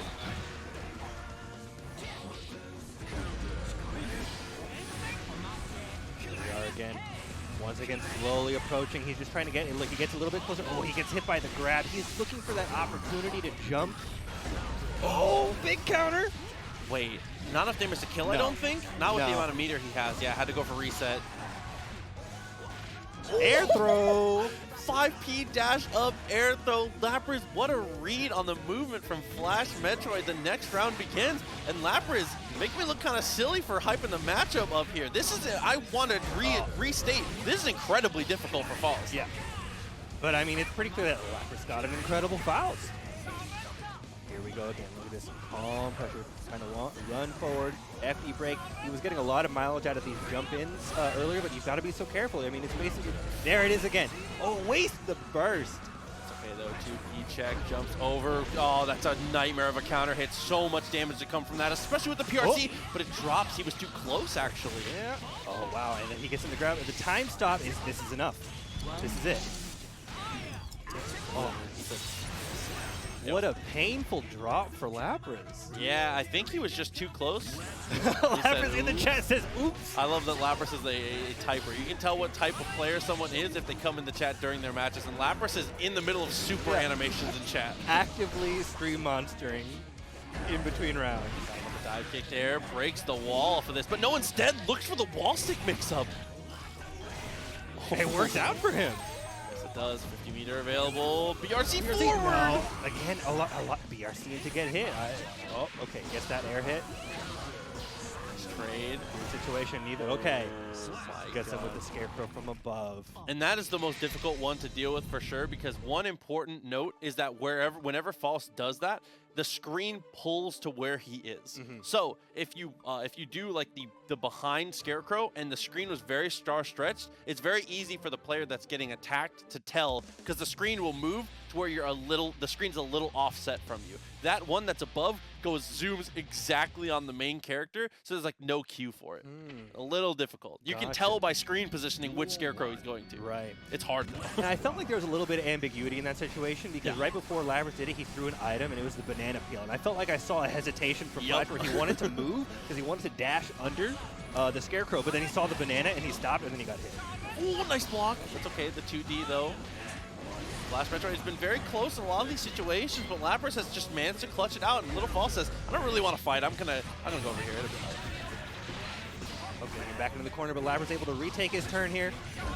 Hammer. Oh, you have to be so careful. It bounces more than once. Lapriz getting some good RNG this set. He wasn't getting any good RNG before, but oh, it doesn't matter. Blocked burst. Dude, Flash's presence of mind to not only bait the burst the first time, but go for the little stutter to bait the second late burst. Flash covering all of his bases for sure. Look how carefully spaced that little air dash is. It's aiming right for Axel's head. And he's got so much mileage out of that so many times where he just gets perfectly out. There. Oh no, he gets hit by the pullback this time. Okay, though, 2S, what a call out. Doesn't work out still, but that's one you're going to remember for sure after the pull-in. And this is more like the matchup, what the matchup should look like here, man. Able to get the rents in 5P, so much back and forth, converts into the kill. Flash Metroid. Showing you a little more. This is what it should look like for Axel. He gets control, he gets one big anti-air and pushes Faust full screen, and it's just a wrap from there. Yeah, he's doing such a good job of just like controlling the space. I mean, I know it's like you're saying it can be an extra hard time for Faust, just given his height. I feel like Flash has done a really good job of adapting to Lapriz's approach habits. In the first couple rounds there, Lapriz was getting a lot of mileage out of just getting these really good jump-ins, hitting it perfectly as low to the ground as he could over those crouching normals from Axel. But now that round, Lapriz got anti-aired a lot more, and I think that really made all of the difference. And Flash just finding more clean hits, leaning a little more off the Meteors. The pole too, but now pushes the corner. Meteors, he wakes up, knows he's not going to be up in time to contest that. Oh, I love that bait with the backdash. Nasty punish into the wall stick. Wall break, quick rounds. Lapriz about to come back in chat and say, I'm about to get swept again. Help. It's the way for him for sure. But I mean, it worked out for him last time, so maybe you should talk on the chat a little more, Lapriz. Okay. Big staggers. Rainfall way too far away. Slowly pushing. Good, quick little anti-air. Flash Metroid getting that danger. He says, okay, he runs forward, runs under, starts zoning from the other corner. That counts as walking forward. There it is. He's not getting these air dashes anymore. Flash is ready for it. Burst still available. Instead, we're going to break through the wall here. Lapriz is going to have a tough time ever finding a use for that burst. How do you Nah, he goes for the gold. That was really his only opportunity. I can't blame him. But hey, he can make something happen here. He's got Axel in the corner, bomb on the table, forcing this pressure. See forward. Has to be very careful though. Yeah, just like that, the jump S. And throwing items is a big risk in that situation too, because with your life that low, if Lapriz throws bomb like he does and then finds himself in a situation where he has to block it, the rest of his meter is gone because he's forced to FD block that bomb. It is an incredible amount of chip. Yeah, it's so hard for him to find the openings to throw the things he wants to throw, especially against Axel. I mean, against another character, you can maybe take a little bit of space, but Flash Metroid is ready over here. All right, and here we see a switch to Geo. Now, this is a matchup that Flash Metroid has played quite often. I mean, we've all played Geo quite often. Yeah, but Lapriz here, we're gonna have to see. It's gonna be more about is he up to date in the matchup here? Is he feeling comfortable and confident about this one? And so far, it does look pretty decent. Like the instant air dash forwards. Ooh, just okay. Dancing around. Okay, he finally gets to start his pressure here in the corner. He's got to burst that. All right. Ooh, I love that gold burst. He's safe. He's not pressing. He's totally fine. Okay, BRC. Okay. Nope. Okay. Good amount of damage there. OTG's close. Dude, 2S straight away into the super. What an incredible string here from Lapriz, looking to close out this round. Could set no himself. Resources. Got to hold it. Just backdashes. All right. Set himself one away, and he does. Lapriz looking to potentially send Flash to the loser's bracket here in this first match of top 8. One more round to go, but Flash giving up the ghost on this one, is able to get the throw. Strike throw from Axel can be very difficult to deal with if you don't know like what's dash cancelable from him. Yeah, look at how Flash Metroid is playing this matchup really differently from how he was handling Lapriz's Faust. I mean, it's really dangerous it's really tricky to counterpick on game 5 when they've had 4 games of conditioning and practice against the other character. But Flash Metroid is ready, looking like he knows the matchup with this. Perfect. And now final round here of game 5, first set of this top 8. With the 2P, nice trade, but unfortunately for Lapriz, sends a full screen off that trade. Strike in the corner, getting hit with that roundhouse counter hit. This is really bad. More mix, goes for the throw. That's kind of broken amount of pressure a little bit, gets half the life off in that amount of pressure. And now Lapriz gotta find something here. Bad situation for Lapriz here. This is not the situation you want to be. Okay, he blocks the time stop, goes for the die kick super, gets gold bursted. Oh, this is so rough. Blocked burst into the super. Dude, and Flash. Ooh. Flash could have done anything to get the kill there. Instead, he says, I'm going to go for the super. Together here, like we said, this is an evenish matchup. It's wouldn't be upset to see people say it goes either way. Yeah, I mean, I really like to see these evenish matchups because you really get to see like player skill and player expression come to the forefront. You know, as fun as it is to see someone fight an uphill battle and pull it out, sometimes you just got to see these guys flop. Nice pressure. Alright. Recognizing that he's not shocked, he can take his turn. Okay, Vapor Thrust. Into the corner here. Stun Dipper, quick BRC. Okay, a little bit of a shimmy there, trying to bait that tech. Yeah, tried to go for the hardest shimmy ever. Did not work out. Yes, far away. And here comes the Eddie pressure in the corner. Drill oppose. He Vapor Thrusts through the oppose, but I mean he takes a counter hit for it, and Osmosis is not able to follow that up. He had meter for an RC, but he doesn't take it. Now he's back eating this pressure again. Okay, 2S goes to the leapfrog. Drill did not work out. That's okay though. And yeah, good use of the RC. Osmosis, unfortunately, having to burst on a round that almost was won from him already. Blue Heck, good on him to get that out of him. Yeah, Blue Heck opting to go for a little bit of fireball pressure there, but I mean, Eddie was up and ready to get in his face. Here we go. The first blocked dust we've ever seen. He goes for the second dust in the Eddie combo, and he hits it. He was like, okay, you blocked the level 3 mix-up, time for the level 4 mix-up. Do it Got again. him. Bar S, able to get the hit, extending the combo here. No Eddie, so wasn't able to kill. Yeah, he's got to burst in that corner. Okay, reflect. Okay, he's out. He's out. It's going to do it, though, and yeah. Perfect. Ooh, and a perfect there from Osmosis. Cap off the first game at the other side of winners here.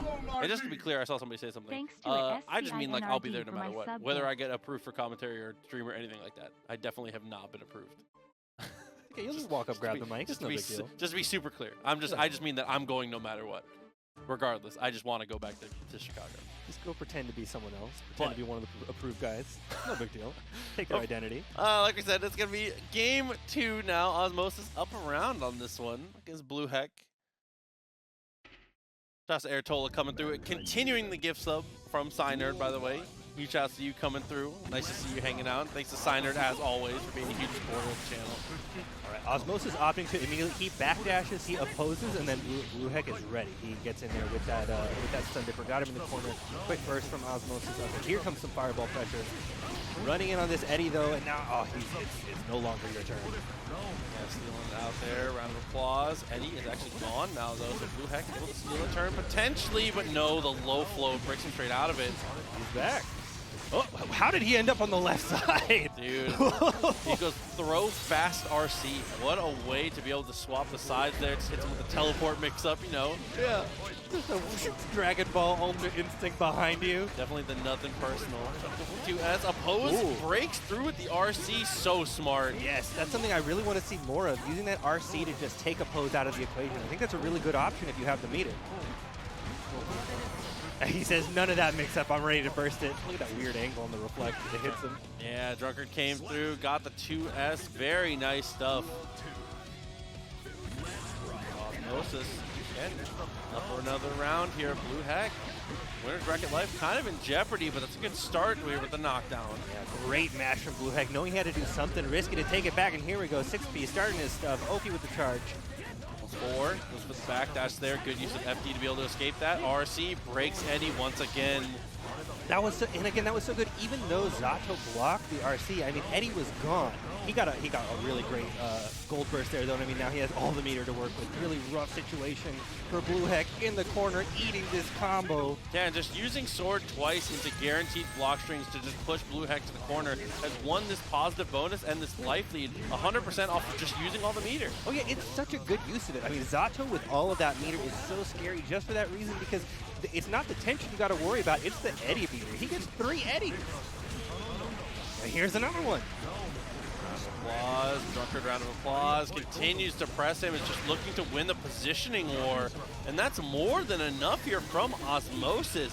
In all of those situations was giving up potential pressure just for the sake of getting meter out of him with chip from round of applause and positioning. Walking him to the corner seemed to be more important than anything else there for Osmosis, and I can't blame him. He's up 2 games. Yeah, and I mean, I'm loving, again, great pressure and conditioning from Osmosis. Again, we see there, that was the first time that he ran up and went for that command grab, recognizing that, I mean, Blueheck playing pretty defensive, holding the block. I haven't seen a lot of Vapor Thrust from him. I know he's pretty scared of the punish that he knows that Osmosis has on deck in that situation. Osmosis up 2-0 here on this top 8 winners match. He's got to find one more. 2S starter. That is a really bad time here for Osmosis. Gets the throw started. That's a punish. All right, and here comes the grappler. Oh, I love that. I love that red RC into another overhead, catching him off guard, taking it okay. Opposed. He tries to dash into it. A little bit scary. He was able to find a hit with that though. Yeah, that's a great way to start here. Goes for the frog. Sword to break the wall. Gotta be careful for the wake up super here. First hit Pierce is guaranteed, but after that he's free to roam. Yeah, Blueheck has been getting really tempted when he sees Osmosis at low health. He wants to chip with these fireballs, and it works out for him this time. This time, Eddie was not in position to tank it or reflect it or anything. It worked out great. Taking a heavy fireball, burst comes out straight away from Osmosis. Love the little float, but Kai 6P is way too strong for you to be floating in that range. He's definitely in the top 3 of the 6P. Such a good elbow. Right, back in the corner, slowly drill pressuring. Stun dippers right out of it. 6P. Eddie pressure on wake up. He wire sees that, get Eddie off the table. 5K, trade comes through. Is able to 2S and PRC forward. Not able to extend it, but oh, again, the standing dust with the overhead. He's just not ready for it. Backwards, looking for the trade, but unfortunately trade's never in your favor at this life range. Tried to go for the resummon, but mispositions himself a little bit. Blueheck is in this. Nice, closing it out with the OTG. What great awareness from Blueheck, being ready to punish when Zato sends Eddie forward by just running through him. Yeah, I mean, he was prepared. A lot of the times, if he goes for Drunkard and there's not an active hitbox on the screen, most characters in the cast can just hold the dash button for sure. So really, really strong stuff there from Blueheck, showing that counterplay off in Osmosis. We've seen this once from Osmosis before.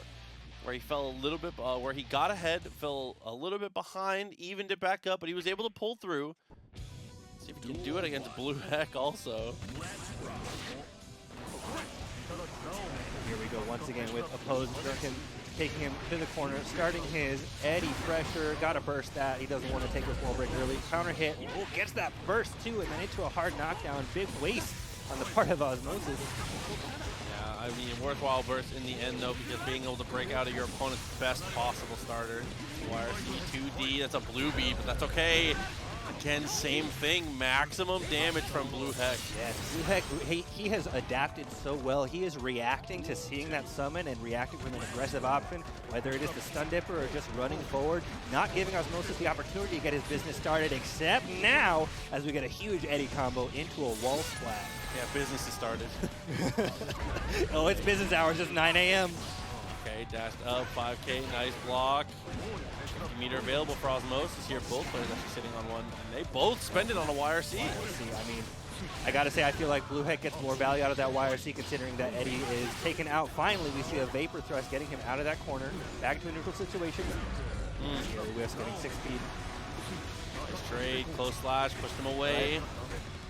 Again, the close slash, just faking the throw there, and he even went for the RC forward afterwards. That's another one of those situations where, if you hadn't noticed, Osmosis, PRC's the second he runs out of Eddie to try and steal the turn back. But there's a dash-up throw through the oppose.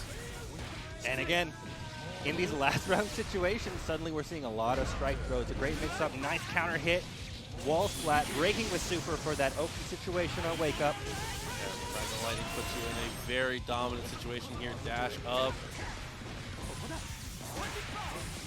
Again, oh, what great timing on that.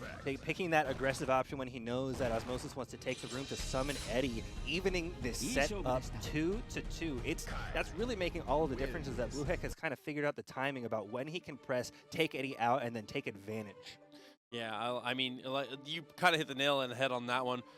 Osmosis just needs to find better timings or better spacings. And if you can't find the better times or spacings, you need to be willing to fight with your normals to create that time, right? If you can make him block it close slash, a lot of the time you can do close slash, far slash, heavy slash, and then you can try and go for a summon, things of that nature, right? Not necessarily exactly that, but like things of that nature, right? And you also get a clap summon off of that, which is very important as an Azato player to know the places where you can get those rolling. Clap summon is one of the most important things in the modern metagame of Zato. You've got to have those on deck. Early burst from Osmosis. I'm a fan of the early burst. I think it's a good option. I think, yeah, good. Not able to convert too much, but he's still taking this turn. Here comes the Eddie pressure, re-summon. Careful with that oppose. It goes too far, but Blue Heck was just not in range, and now he gets command grab for his troubles. BT, yep. Command grab takes up so much time. He's able to get him with full Eddie back. Tries to go evasive here for now. YRC, as soon as he had full Eddie gauge, again, Osmosis is timing all the things he's doing strictly off of that one little blue bar over his energy bar. But you need to be more careful. When it's red, he's more willing to spend his resources to get out of it. Sally out of that jump in. Wake up. Yeah, he's not going to burst it. He's going to hold that. Osmosis threatening set point again. All right, great value out of those punches from Zato. Okay, here comes the Eddie mix. All right, he escapes it. Goes for a fireball. He hasn't really been fireballing for a while because Osmosis has been doing a good job of punishing. Oh, he's catching the jump with the leap into the sandwich combo. Sword to get Eddie back and start it all over again. Crossing up with the jump dust. He's got to burst to get out of that. Yeah, very tough situation here. Close flash, pushed him away. Looking for the stun dipper. No air throw instead. Gets aggressive, but there is a 6-speed to break him out for a second time. And now with him in the corner, throws out so good. No way he's going to make this happen. There's the 2S. No. He doesn't have the meter to close this out. No, but he's got him in the corner. Dangerous situation. What's he looking for? On him, I'm looking for the Vapor Thrust. Oh, he gets tagged. He's barely there. He could be chipped if he runs out of meter here. Still okay, though. Jump out. He tried to go for the throw again. I love the jump forward. I love the dash forward. Everything there from Blue Heck was just so smart. And then he lands this The far. spacing He just lands wasn't there. I just see it. Honestly, I haven't had the opportunity to play a lot since Baiken came out, and I definitely haven't seen much Baiken at a high level. So let's see what this Baiken can bring us in the top 8 losers side. Okay, so one of the most important notes about Baiken is knowing where the turnstiles are. First of all, 2S into most special moves is not real. If you are allowing that to happen, you are letting Baiken egregiously steal turns against you. But now, we're going to see him use the grapple. He's going to go for these mix-ups while he's taped in. Rope. Tommy looking very strong there, gets the overhead, able to follow up. The burst comes out.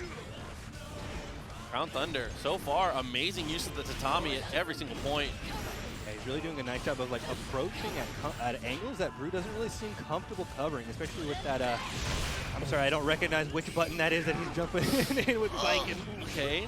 Time to go forward, close slash connected, nothing afterwards though. He's able to dump back and looks for the claw from full screen. Playing footsies with Nagoriyuki, even as Baiken, can be so difficult. Ranges, oh great. Very nice stuff there, getting that first round locked down. Thunder went for the jump H, a little too far away though. Oh, swinging great punish, just running in on that, getting the rope on the throw, starting his pressure, knowing that he has to stay close. He gets resets off of, or not resets, but he continues his pressure off of all of these. CRC. Anything afterwards though is forced to use the burst. And this is the hard thing, is like as Nagoriyuki, you have to be careful about pushing any H buttons, because when he has meter, CrownThunder, for no consequence, can just shoot you. Wow. The Baiken's gun is probably, I do not think it's an overstatement to say it is the best projectile in the game. It's so good. You cannot be swinging from full screen just randomly. If your placement of buttons, especially in long range footsies, needs to be very precise, or she will just shoot you. Yeah. Like, it's so hard. Guns are the DLC problem of this game. Everyone except Jacko has guns. Every character gets a gun. They're gonna bring Slayers coming, gun. Jam, gun. Second best? I respect that. LZ, what's the first one? Let me hear it. You about to say Nagoriyuki clone? I'm about to throw up. Ooh, little whiff there, shipped from that at the end.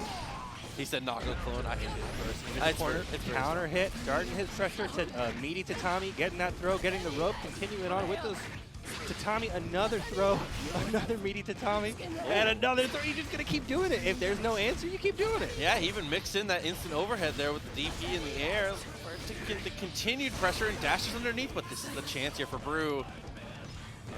I respect that burst to force it back in the corner. I respect the backdash when you're not sure what option he's going to pick. And this is a nice combo. PRC to take the wall stick. Yes, there it is. No kill. Just barely. Alive. Gun? Ooh, no, he jumped. Great jump. Yeah, definitely way to avoid it for sure. Gets the air to air. Jumps and just didn't press anything. Wasn't blocking. PRC overhead. He's ready for it. PRC. R slash Beyblade. He's looking for the chip. Brew is the master of chipping people with this character. Disgusting. Dude, what a way to go. Chat, also, I forgot about Nagoriyuki clone, I'm going to be honest with you. So, yeah, we're going to call gun the second best projectile. You're all right. Nagoriyuki gun. Yeah, he has a gun. Yeah, it's just himself. 2H. Now he just, you have to lean on these heavy projectiles here. Not able to find many counters is CrownThunder, though. I wonder if from that distance counters just not effective. Or maybe he's just not comfortable using it. All right, great turnaround from CrownThunder over here. Got him in the corner, putting the rope. PRC, oh, questionable PRC getting hit in the corner. Not a great situation in that situation with the rope on him. The burst doesn't even send him that far. Okay, jumped over, very nice. Bar slash, continuing the pressure here. RC's again, relentless is Brew. Nice pressure. Yeah, I like that so much, honestly. That's Brew looking so good. And again, I have not seen a Nagoriyuki that is as controlled at specifically looking for chip kills as I've seen Brew be. So this is a very impressive top to bottom. CrownThunder also looking very good on the Baiken. I think that's one thing you have to remember when you see people playing the newest character in the game is how much less time they've had with the character to get there. Yeah, that's very true. Duel 1. ABA. No way, dude. No AMA. Oh my god. Come on. Oh, that's a lot of blood gauge built up to just take a hit from Baiken. Half your blood invested into an unfortunate kind of wall. Having a little bit of trouble finding the spacing in this neutral now. Okay, finally, Clone getting some action going, getting the grab, resetting his blood. Nice counter hit over there. Getting in this corner pressure. Once again, we've seen there's a PRC into the overhead. Still okay, though. I like him tapping that FD a little bit here and there. There's the 6H. Ran out of space now, and the dude executed. 5H. Yeah. And I mean, CrownThunder had no meter because he was spending it on the FD block over there. Not able to threaten the gun. We haven't seen any parries from CrownThunder. I have to imagine it's really scary to parry against Nagoriyuki, because you're going to eat a big punish if you're wrong. Yeah, I'm assuming that, or maybe it's just not as effective against in these situations as we're expecting it to be.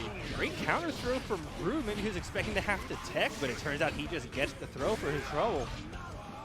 Went for the backdash, jumped up, nothing afterwards. What a follow-up. And I love that. He can't burst. Yes, so 5K, 2H Fukyo, I believe that is a completely safe burst route when you actually go like that. So the actual spacings, it depends on timings of your 5Ks, but I'm pretty sure that that is a completely burst safe route from Brew. There was no moment there where he was close enough where a burst would have like even come close to hitting him. He was done.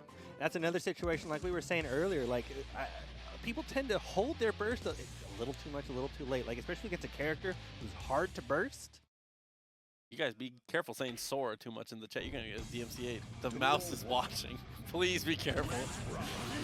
2-1, CrownThunder. Want to see him bring this back. I want to see a game 5 here, but Brew said, I'm trying to go home early. All right, counter hit. Not going to get too much value. Oh, he went for the parry, and Brew answered with a backdash. Oh, not able to continue that, but it was a really big punish. This is another one, might wrap it up, might be headed to the next round here. CrownThunder, gotta reset your mental. Yeah, next round for sure. We're finally seeing some parry attempts come out from CrownThunder, and they did not work. Brew was ready on both parry attempts with a backdash into a punish there. He's watching for it, operating at this space where he's not really scared of what CrownThunder is going to do on it. Go forward unpunished here. CrownThunder kind of on the ropes at this point. Crank the risk gauge up quite a bit. The 6H is starting to add up and chip, and there's the 5D. Huge damage. So smart to build up that risk, hit him with that dust overhead, and then use the meter to convert. Cleans it up. Dominating round from Brew. Yeah, and the 5H to end it, dude. 5 codes remaining. So let's get those closed out. Let's try to get it before Grand Finals if we can, you know what I'm saying? A little schedule for ourselves. This is Mike Saftig facing off against Water, and Water's Eddie gets obliterated by 6H. Oh, yeah. That is the anti-Eddie button. Eddie's chilling on the ground. He says, bang. Look at that anti-air. All right, got him in the corner, applying his soul pressure. Waits off that 6P. Little waiting for Mike to see what is Water gonna do. Trade, try to go for the 2D. A little too far, but that's okay. Oh, and that is, yeah, it's a bad jump and really nice throw from Water. Max range YRC, get Eddie out of the way. Whoa, scary! He picked the wrong button, though. The bait was perfect. He's still going to get the round, but damn, Water was close to doing the sickest thing I've ever seen, and that's going to be Amorphous Edom. There's nothing better than the land shark, bro. It's so cool. I love Strive Eddie. Strive Zato is so cool. 2Bs. Except 2B. I mean, that's okay. Got the knockdown, forced the burst there. Water knew how uncomfortable the situation. Ooh. He whiffs Bringer and just DP. He goes for it. Who does that? He does. All right, got him in the corner. Water being forced to use some of that FD. Use that meter, get him out of the way. Ooh, nice kick on the Drunken Shade, getting Eddie out of here. Wall bounce into the kill. Yeah, success, very good kill. Let's see it again. Round 3. First game is going to make a big difference here. So much momentum on the line, and both these players love to ride the wave. Looking for the opportunity to run in. Nice air-to-air, getting a counter hit into the corner. Just goes for the grab. Cheeky little reset there. Looking for the jump over the opposed. Pierce comes through. What a burst timing. That was masterclass from Mike. That's really good. And he almost wins the round off it. Immediately. Immediately with the crouching, just taking him out. No opportunity to burst there for Water whatsoever. Yeah, so Mike, I mean, doing what Soul does. Very, very strong showing in that, trying to continue the pressure down. And a lot of it was just finding himself in ranges to actually threaten throw. Unfortunately, Oppose can do so much damage against a lot of things that Soul wants to do. But if Soul can find himself close enough to threaten the throw, it changes the whole dynamic of the matchup there. So landing that one far slash and getting to steal the turn and dash like a micro step forward changes everything here. And Mike has done such a great job of finding himself in those ranges. Yeah, interesting choice from Mike there. You saw that he used that burst on block just to get Eddie out of the way, to take it, to force it into the corner. I mean, right now he's back in a neutral situation, so he didn't get a lot of value out of it. But he's not afraid to burn this burst to try to just force his turn to happen. Yeah, momentum bursts are so important as Soul, and that is going to be another amazing burst. He just holds the dash back there to get across the screen. He doesn't do too much else here. Water. Oh, that back dash in the 6H. No follow-up to it. I was going to say Water was an okay situation, but that 6H kind of proved me wrong. All right, Water trade spaces, getting Mike into the corner, starting Zato stuff. Sword gonna break. It's a hard knockdown. Good here, guaranteed Pierce. Went for the 2S. I love that. He knew Mike knew about the cap, and there's the air throw. I felt like Water was really expecting Volcanic Viper over there, and he was trying to bait it out, and Mike just waited, nice and patient, taking some space, still gonna get hit by that 6P on the air dash in.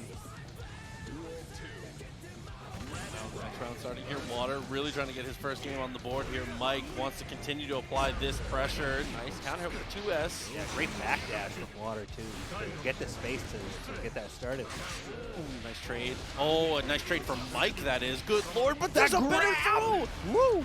No fear in the face of Fafnir. I love that from Water. Grabs the oncoming hand, puts him in the corner, gets the wall stick. Opt not to break it with super. Oh, immediately gets hit for it. That's a 100-meter, but is he going to get the chance to use it?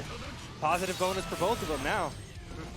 Okay, be careful about how you spend your meter here as Water jumps up JD. Very nice stuff. Okay. I think that was a happy little accident from Water. I think he meant to go for throw, but JD ended up being a miracle of a button to connect. That was actually really cool. Oh man, if he meant to go for throw there and got JD, that is definitely like the epitome of happy little accidents. We love those in Strive. Yeah. And I mean, whether it was intentional or not, I think that was great awareness to be able to get that hit and continue that combo and secure the kill off of that too. Yeah, definitely agreed. So with our set count even now, Mike, see if he's got a little more in him to keep this rolling, or if Water can make it rock. I'm still trying to shake the boat when he can. Keep Soul off his game. The 2S playing footsies with Mike is so difficult, and Water is just so willing to engage in it. Oh yeah, look at him. Okay, there he's zoning now. He says, "All right, we're just gonna gunflame." Tries to approach, gets hit out of the sky by Eddie, put in the corner, air dashing out, getting hit by the jump though. Burst to put him back in the corner as well. Carefully gunflaming. Look at that far slash. Great punish as he, what was that, ending Oppose with Drunker?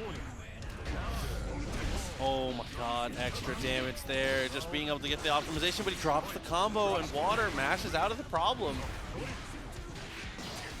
Trying to run in, find some space here. Okay, all right, RCing on that really great decision, recognizing that he was hitting that Oppose, and his only option to carry on was that RC. He gets the wall break for a sliver of health for Water. We are seeing backwards into the 2S. Here comes the sandwich, gets the hit. He's dead. Yeah, Mike unfortunately didn't have the meter to actually go for the super there, so Water, once he breaks through BRC's board, he has that room, and that's all he really needs to keep it going. Mike with a great starter and a better burst from Water. Yeah, you gotta burst that. That was a great start. Wow, he carries that into the wall break. 6-8 to break the wall, positive bonus here. Water one touch away, getting himself a decent lead here in this set. Blocks in the fast RC. There's a 6S. Missed input though from Mike, actually gives away the turn. Great defense from Water here. I mean, we're not seeing really any throws on the part of Mike right now, but he doesn't really need it. He's just kind of far slash 3 times into the RC. Punch, punch, punch. Volcanic Viper on the wall break will take that round. Yeah, Mike, the door knocker. He says, I'm coming in, dude. Yes, hello. Okay, Drunker to push across. Close slash, nice extension. Looks for the command though, but Mike is so ready. Drops his combo though. No punish. Great read on the back dash, but he just wasn't ready to take advantage of it. Here we go again. Eddie pressure in the corner. There's the command grab. That time it works. RC to extend it, take the wall break. He wants that positive bonus. Really, really good showing from Water here. Good use of the 6B rather. Great 6P, also great YRC, knowing that it was a good option to do while he was up there. Oh, YRC just checking. He knows he can do it. Yep, 2B to push him away a little bit, buying the space, and now Meter has sword whenever he wants it. If he makes Mike block anything, Mike just gets chipped out. Burst online. Can you do something with it? Okay. All right. Oh, so good at converting. Okay, he waits. He opts to wait. Yeah, I think it's a great call because now you have a better situation here. You got the burst out of Water as well, and there's Mike's very own burst, and Mike's decision to not reset to neutral, to not break the wall. Dude, he just plays everything from he got to pixel life and his third eye open. Yeah, he did such a good job of recognizing that he needed to take a second, turtle a little bit. He was watching that burst. I wasn't sure if it was going to matter, but it really did for him. He took a second, recognizing like if he just chills for 5 seconds, he has burst online. That gave him that opportunity that he needed. If he didn't have that burst, he lost. Yeah, just holding on to it, really smart stuff. And that and preventing himself from getting chipped, too. Knew he needed every single shred of meter to be offensive, so using the burst to prevent chip damage is all that matters. Yeah, it's kind of hard to, I mean, Strive is such a visual game, but like you cannot underestimate the importance of meter management. I mean, everyone has 2, some people have 3. Happy Chaos has 4. Yeah, keeping track of resources is so important at every stage of the game. I mean, that is like Strive is, as far as fighting games go, is definitely on some RTS type of stuff for all the meters you have to watch. Great grab. We're seeing a lot of really good kind of defensive throws from Water. He's ready to punish these empty jumps. Vortex there, Vortex into the oppose, and then RC straight away. That's what we were seeing from Blue Heck. It's the same concept. Put yourself close enough to where the RC will hit both, and then just go for it straight away. Once again, Mike opted to not take the wall break and instead see what happened. That time, Water did not do a forward check off the wall. He just stayed in the corner. Posing the throw, a little too far away. Nice XP. Well, not able to convert. Careful. Oh, that was so shady. The tri-jump. He's got the actual tri-jump from Mike. Mike is 1 round away here in losers. Water still not giving up the ghost on this one. Leapfrog does a decent amount of damage. He's able to avoid the 6H. Strong burst. That burst caught Eddie just as he came out, forcing him to take a second. Oh, he's got to be careful with these opposes. He's kind of throwing them out. Mike has been doing a good job of getting around them, punishing them if he has meter. Oh, wow. That bending. He's got to burst that. Oh, what a 6P. Nice to stop the drunkard. And juice. That's why it's hard to play footsies with Mike. Yeah. Oh, that was such a good PRC from Water because Mike was just trying to, he was about to whiff punish. He had to spend the meter or else eat that. Whoa, scary situation. Getting the counter. Good conversion from Mike. Forces him to block. Plus frames, plus frames.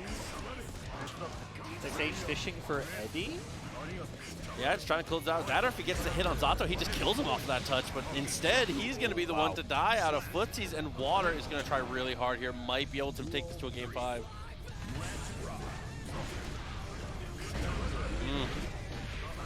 Hit far slash, not able to extend too far, but still, you're in the corner. Good burst, aggressive.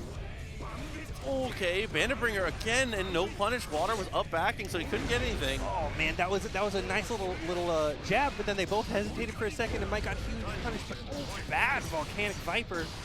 Luckily for Mike there, there's no Eddie gauge, and he goes for Vortex for a second time. Full screen Vortex from Mike. He did it again. Whoa, okay, Sword gonna get him that time. I mean, to be fair, Mike has max meter here, so Vortex is not that big of a, not nearly as big of a risk as you would think, and he's going to go straight in for the grab super. Wow. Mike was like, I'm going to use every move on the command list in a row. Let's figure it out. Goes for the command, though. Too far to get us into our next match. Brew versus Lapriz. All right. Immediately, Lapriz getting a lot of mileage out of that quick jump-in combo into an item toss. Brew not too scared of this. Little Faust bomb. Again, the Little Faust bomb. The same pull again. Little Faust, I think, is one of the harder items for him to be able to deal with, too. Little Faust and Hammer are actually, I think, incredibly strong tools in most matchups where the character wants to approach here. Got him in the corner, nice counter hit. What can he get off this? Not too much unless he RCs. No, he opts not. He saves it for now. Uh-oh, hard to burst Nago. It's okay though, it was a little too far away, so he still didn't get punished for it. He's able to hold the FD on the way down and tried to jump out of the Fukyo. Counter hit. Oh, he does. He's not able to convert that counter into anything, and is he able to take this? No meter to extend. No, he gets the meter just in time. Yeah, mix builds so much because it's multi-hitting, and Lapriz already kind of knowledge checking Brew there. The far slash does not work against crouching Faust from almost any range. Banana. Not able to get anything off the banana other than another throw, but that's enough. Got a little Faust wandering around, providing pressure. And all that hesitation was because of the hammer and the mini Faust. Yeah. I mean, especially in combination, it's a pretty toxic 2 items to get at the same time. But yeah, both those items so strong against Nagoriyuki as him being such a grounded character. That and that 100-ton. Uh-oh, counter, meteors.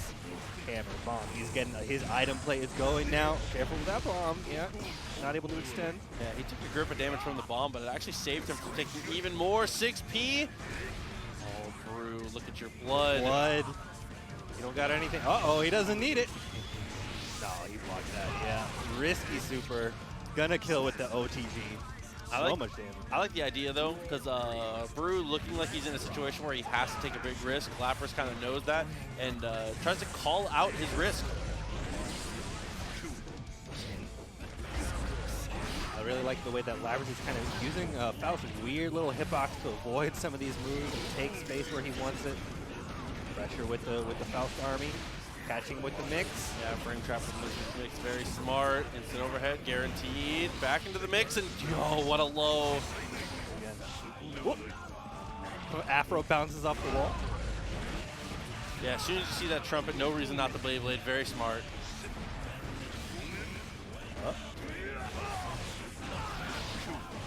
Catching the bag. Okay, great mash. PRC. Oh, that was so smart. To be honest, Austin. Absolutely. Everyone was expecting the PRC throw, but to jump. Oh, and again, dash up 5P. Yeah, the 5P, it's good. I mean, one of Nago's weaknesses is his lack of like fast options at that range, right? So he can just run up and just go meh, meh, meh, meh, meh. Perfect. Yeah, no reason not to. I mean, that's very important as Lapriz and as Faust in general. I say Lapriz in place of Faust. Yeah. No, like the dash up 5P is so important. As we always say as zoners, it's important as zoners to not only be aggressive in the right spots and knowing when to be aggressive, but being unpredictable in neutral. Predictability is death for sure for a character that's trying to play any amount of zoning here, and Faust is no exception. Yeah, but this time Brew is going in, he immediately gets a quick hit, gets a quick grab, he's got him in the corner, again the mash, bursting to get out of that. The blood is getting kind of high though, 100-ton gets a knockdown, and he follows up with meteors, what a teleport. He gets the Afro. No fear, big wall combo, taking the super for the kill. Yeah, just deletes him, didn't he have to break him to the wall. Brew. The first hit. Yeah, looking to get himself on the board here. 2K actually connects. Faust's crouch animation so damn wide. Rough counter hit, that's so huge. The wall break just continuing his pressure up here. Again, the RC up, opting to go high this time, catches him out. So fast, a perfect from Brew. Yeah, Brew, a hell of a fast game in return. Yeah, that's exactly the round that you want to have as Nago. That's, you know, and the game literally calls Nago's archetype one shot. Yeah, I mean, that's definitely it. I mean, you just want to get the momentum, lock him down, keep it aggressive, and it just will work out for you in the end, as it did there for Brew. Yeah, so punishing. I mean, that was really just like 2 mistakes on the part of Lapriz. They were just 2 like really rough mistakes that Brew was ready to punish. Yeah, and that is how quick the game can go. I mean, Nagoriyuki is definitely one of the head offenders for sure when it comes to that kind of a mix-up game. But oh, that 6P into the 100-ton makes this so much harder for Brew. He burst, which is a great burst point. If you, it's hard to burst against Faust sometimes, so you might as well spend it when you can if you're not feeling confident about it. Comes the item pressure. He's got that timer on him. Gets caught by the multi-hitting low kick. Faust beginning his just amusing close slash. Okay, has meter. Yep, I love that. Nagoriyuki with no blood, what's he gonna do? What's he gonna do? It's Mario Oh, Party time. No. Absolutely. If he has that much blood, no meter, throw everything. Literally everything. I love that from Lapriz. Not enough Faust players just do that. Yeah. Spend 100 meter and just turn it into a like Super chance Smash time. Bros. Turn it into chance time. You said items. But he gets deleted in response there. Brew able to get the kill. Said, listen, bro, chill with the stuff. Yeah. Once again, this is so volatile. It feels like either like Lapriz is dominating with the item play, or Brew is just in there with the fat Nago punishes. Goes for the grab, doesn't find it that time. Was that a little off time? Here come the items. Five Look at items. the blood gauge. Why would he stop? Yeah. Absolutely not. It's time to let him know. Send everything. That's ridiculous. What does he do? When you have that much blood, honestly, it's one of those tough Guilty Gear situations where the answer to this situation is don't get put in this situation. Yeah. Like, sometimes Guilty Gear makes you make tough decisions, but so close to getting back into this. He had a moment and little Faust turned it around. Oh, great block. Oh no, he ducks. Meteors, careful. Oh, he's past the meteors. That was so good. And Brew weathered the storm, was able to live, survives the item storm, and gets it 2-1. Oh my God, that is one of the cruel situations that happens in Strive and in just a lot of different fast games in general. Is people think you're trolling when the advice to you is like, okay, well, like, how do I block this? And they'd be like, well, just the best way is to just not get put in a situation to block it, right? Yeah. Well, the best way to deal with that many items from Faust is to just like manage your blood to where he doesn't get to throw 150 of them. Right. Yeah. Right. Like, it's hard. Yeah, I mean, that ended up being a rough situation for Lapriz because he was pulling items and he got the meteor, and Brew responded by running in, ended up in the dead zone of the meteor, a situation that should be disgusting pressure for Lapriz, but he's starting it off with an incredible combo into the corner, gets the hammers to reset the situation, force him further into the corner again, catches with the mix. Yeah, 2S to follow up. Little extensions here, frame traps, trying to keep it tight, double overhead. Great blocking from Brew. Oh, here comes the mash. Smart. Blood you pop, see, what do you do? Nothing. When you see double Fukyo forward like that, Lapriz, perfect reaction. 5P, 5P, 5P. You don't need to hit him hard, you just need to stop him. Yeah, you don't need to punish with damage. The punishment of him building up that much blood, you take that. Yeah, 5P's right there. He'll damage himself eventually. Just play it patient. Just mix. Brew. Oh my God, the 5D. Oh. Playing really carefully around these big buttons again. Okay, this time he opts for the hit instead of the throw. Look at this great combo bursting out of that. Again, big blood on his part. No health. Really rough situation, and he gets hit. Yeah, I don't know if he was ready for the timing there of him coming out of the Scarecrow. That's going to be 2-2. Brew, let's see if he can... we just need one more Nagoriyuki game. Brew has just got to put his hands on him one time, and he can close this, but Lapriz is slippery as hell. Yeah, I mean, we've seen so many really good sets in this top 8 already consistently. We're going to Game 5 a lot. We're seeing a lot of really great action and adaptation from both players. I'm really loving the capitalization I'm seeing from Brew. I'm really loving the zoning game that I'm seeing from Lapriz, and the points that he's choosing to mash. Good jump over. See, just like that, really great match from there. He forces him to use that burst to continue his offense. Oh, but the big counter hit, he's got a burst in return. But he bursted at a really great timing. Look at the blood gauge. And he's gonna pop. Yeah, here it comes. And all of that comes off of the timing of the burst from Lapriz. He goes for the burst before the third hit of auto combo connects, and that actually makes it to where the situation that Brew had set up for himself, he did that combo specifically to try and get his blood back. But Lapriz's burst point actually prevents him from gaining any of it back. Yeah, that's so smart. That's such a good matchup knowledge. 50 meter. Oh, not like this. Meteors. Here it comes. He's not letting him in the dead zone this time. Bombs. Another meteor, dude. The layout of items he's receiving is incredible. Faust said World War III now. Okay, push him away. Lockdown again. Mix. Trumpet comes through. Oh my God. Gets the catch, yep. Doesn't matter in the end. Really, really good follow-up there. Going in and now this is the final round between these two. It has been so back and forth, such a hella long set. Now it's time. Oh, he gets his backdash caught. Okay, defense, nice. Lapriz is doing such a good job of picking the time that he can be aggressive, and it's so scary to do against Nago. He's shown time and time again that he can one-shot him. Gold burst. Here it is. This is what I want to see. Got the air-to-air, 5K. Well, didn't believe in the 6H.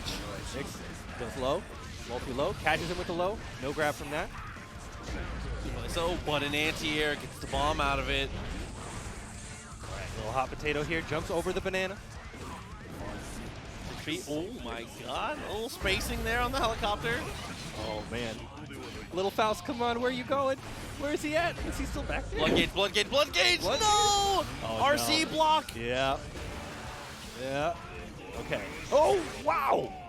I respect the hell out of the gold burst there, but Lapriz kind of knew it was coming. Yeah. If the gold burst connects there, Brew is kind of good to go. He gets to threaten the super. They're all doing so good. Zato game, Zato 2, Zato 3, Zato 4. All right, both players starting with the backdash. Happy to play this zoning game again. I mean, we've seen a bit of this Kai versus Zato zoning game today. Let's see if this works out a little better for Flash Metroid. 6P wakes up with, at that point, when you see Invite Hell, you know you're just free to kind of let it rock. Yeah. Especially, you really got to establish the threat of that reversal early to limit his pressure options. Okay, going for this shock pressure in the corner, looking for the 6P for another one of those future arcs. Not going to find it. Careful cornering yourself like this. Ooh, that's a great side switch, though, and this is a better combo route. Yeah, Look wow. at the damage, and that's actually able to kill just enough. Good lord. Wow, that was a great BRC. Once again, both players taking a little space. Interesting 6P getting tagged by the fireball, pushed into the corner for your trouble. Look at this aggression from Osmosis, though. He recognizes Flash Metroid playing a little bit careful on his offense. Osmosis not afraid to take the space offered to him, but not anymore. Ooh. Not now. Air to air, able to make it work. It tried to bait a burst that wasn't there, unfortunately, though. Yeah, Flash giving up the opportunity to seal out the round there, perhaps with an RC, and now we're back into a neutral situation. He's trying to zone. Osmosis taking space with Eddie, waiting for that meter. No meter, okay. What's up? What's the option to do? Taking those reflects, pushing him to the corner. Uh-oh. Okay, he bursts that. Oh, and he blocks the gold burst and gets the throw. Flash, you're nasty for that one, Flash. But I will say, in Lapriz's defense, I feel like it's a very common occurrence when you see Faust throw one item for him to get the same item over and over again. Yeah. I don't know if that's actually a thing or if it's just something that you notice, like your brain creates patterns, right? But I feel like every time I see someone get like hammer, like the next item is more likely hammer. Oh yeah, totally. it's so weird. Anyone who has ever played Dungeons and Dragons knows that random numbers are not random. It does not exist. Whatsoever. Absolutely not. I agree completely. So, game 1 in favor of Flash Metroid. I'd love to know if there is really a percentage breakdown of the item choices, or if it is I think that there is. I think there is a percentage breakdown. I just don't know about. Yeah, I have no clue. But anyway, getting back to this, Flash Metroid starting it off really strong, controlling this neutral just with his buttons here, opting to play a much closer range so far. Got a knockdown. Here comes the sandwich, catching the backdash. Not a lot of, I mean, it's not a bad time to backdash though. He didn't get any reward out of that. He gets to reset neutral, playing carefully around this oppose. Okay, breaks through. Slow extension there. Yeah, burst on the invite hell. Very smart burst point. RS connected again. Continuing the pressure and just recalls, but the recall does not work out for him. Not against Kai. If Kai's 50 meter, recalling your Eddie in that situation is just as bad as running out of the meter. You might as well spend the rest of your Eddie because he's going to take it from you. Yeah, and you recognize that Flash Metroid got that off of a blocked RC. He RC'd to kill Eddie and continue his pressure and ended up converting that into a combo in the corner. It's such a good aggressive option, especially if Zato is leaning on a pose, which of course it's going to do. It's such a good tool. There's no reason not to. Until someone proves to you you can't lean on it, you should be leaning on a pose, for sure. Absolutely agree. All right. Nice recall to reset the Eddie pressure there. Okay. 5P. Oh my god. Almost did something sick. Didn't quite work out though. Didn't believe in it. Here we go. A little bit of a sandwich combo. Oh, wow. I was wondering if he was going to be able to do it. Pushes him into the corner. Gets the stick into the kill. such a nice confirm. Yeah, really, really great stuff. And look at he's breaking the wall to get to the other side. That was too sick. Flash Metroid doing a really good job of getting around these Zato 6 keys. Osmosis is trying to anti-air him, but Flash Metroid somehow being really careful with this air dash movement. Oh, he had to burst because he put himself in the corner. Yeah, always make sure to save his burst for situations where he's getting out of combos and breaking Eddie. And that is a grip of damage to follow up. Right. Kick, safe pressure. Osmosis playing it safe. Again, once again, we haven't seen really any strike throw going on here, but he doesn't need it. Okay. All right. Drunkard, but he knew the Drunkard was coming, was able to dash over. Stun Dipper from that distance actually is safe, and it breaks Eddie, the 2-for-1. Incredible spacing. Oh, not enough to catch that backdash, but there it is, the grab. Flash Metroid probably uses that projectile super better than most guys I've seen. I don't think enough people use that, and being able to dash up and get aggressive afterwards is so smart. Because once that's blocked, he goes straight into the flip kick. And yeah, Lapriz is exactly correct. He read a backdash and just threw that thing. Holy moly.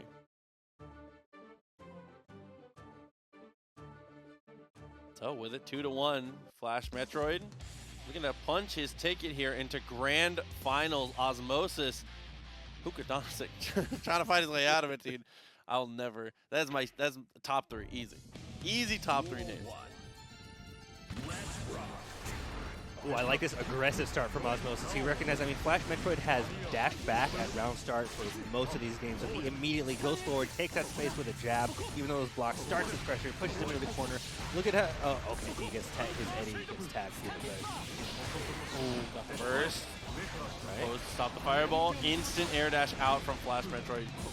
Yeah, once again, this great movement from Flash Metroid. Look at the way he navigates around the maze of Eddie buttons, force him into the corner. Look at this pickup. Anti-air standing, the anti-air 5P. All right, Stun Dipper. RC, oh, interesting. He goes over backwards air dashes, get a really nice confirm into the kill here.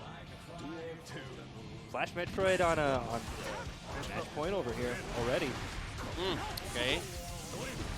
Too far. Dash up. Dude, in the corner. The amount of confidence you have to go for that, and then goes for the second Vapor Thrust. Doesn't get the kill.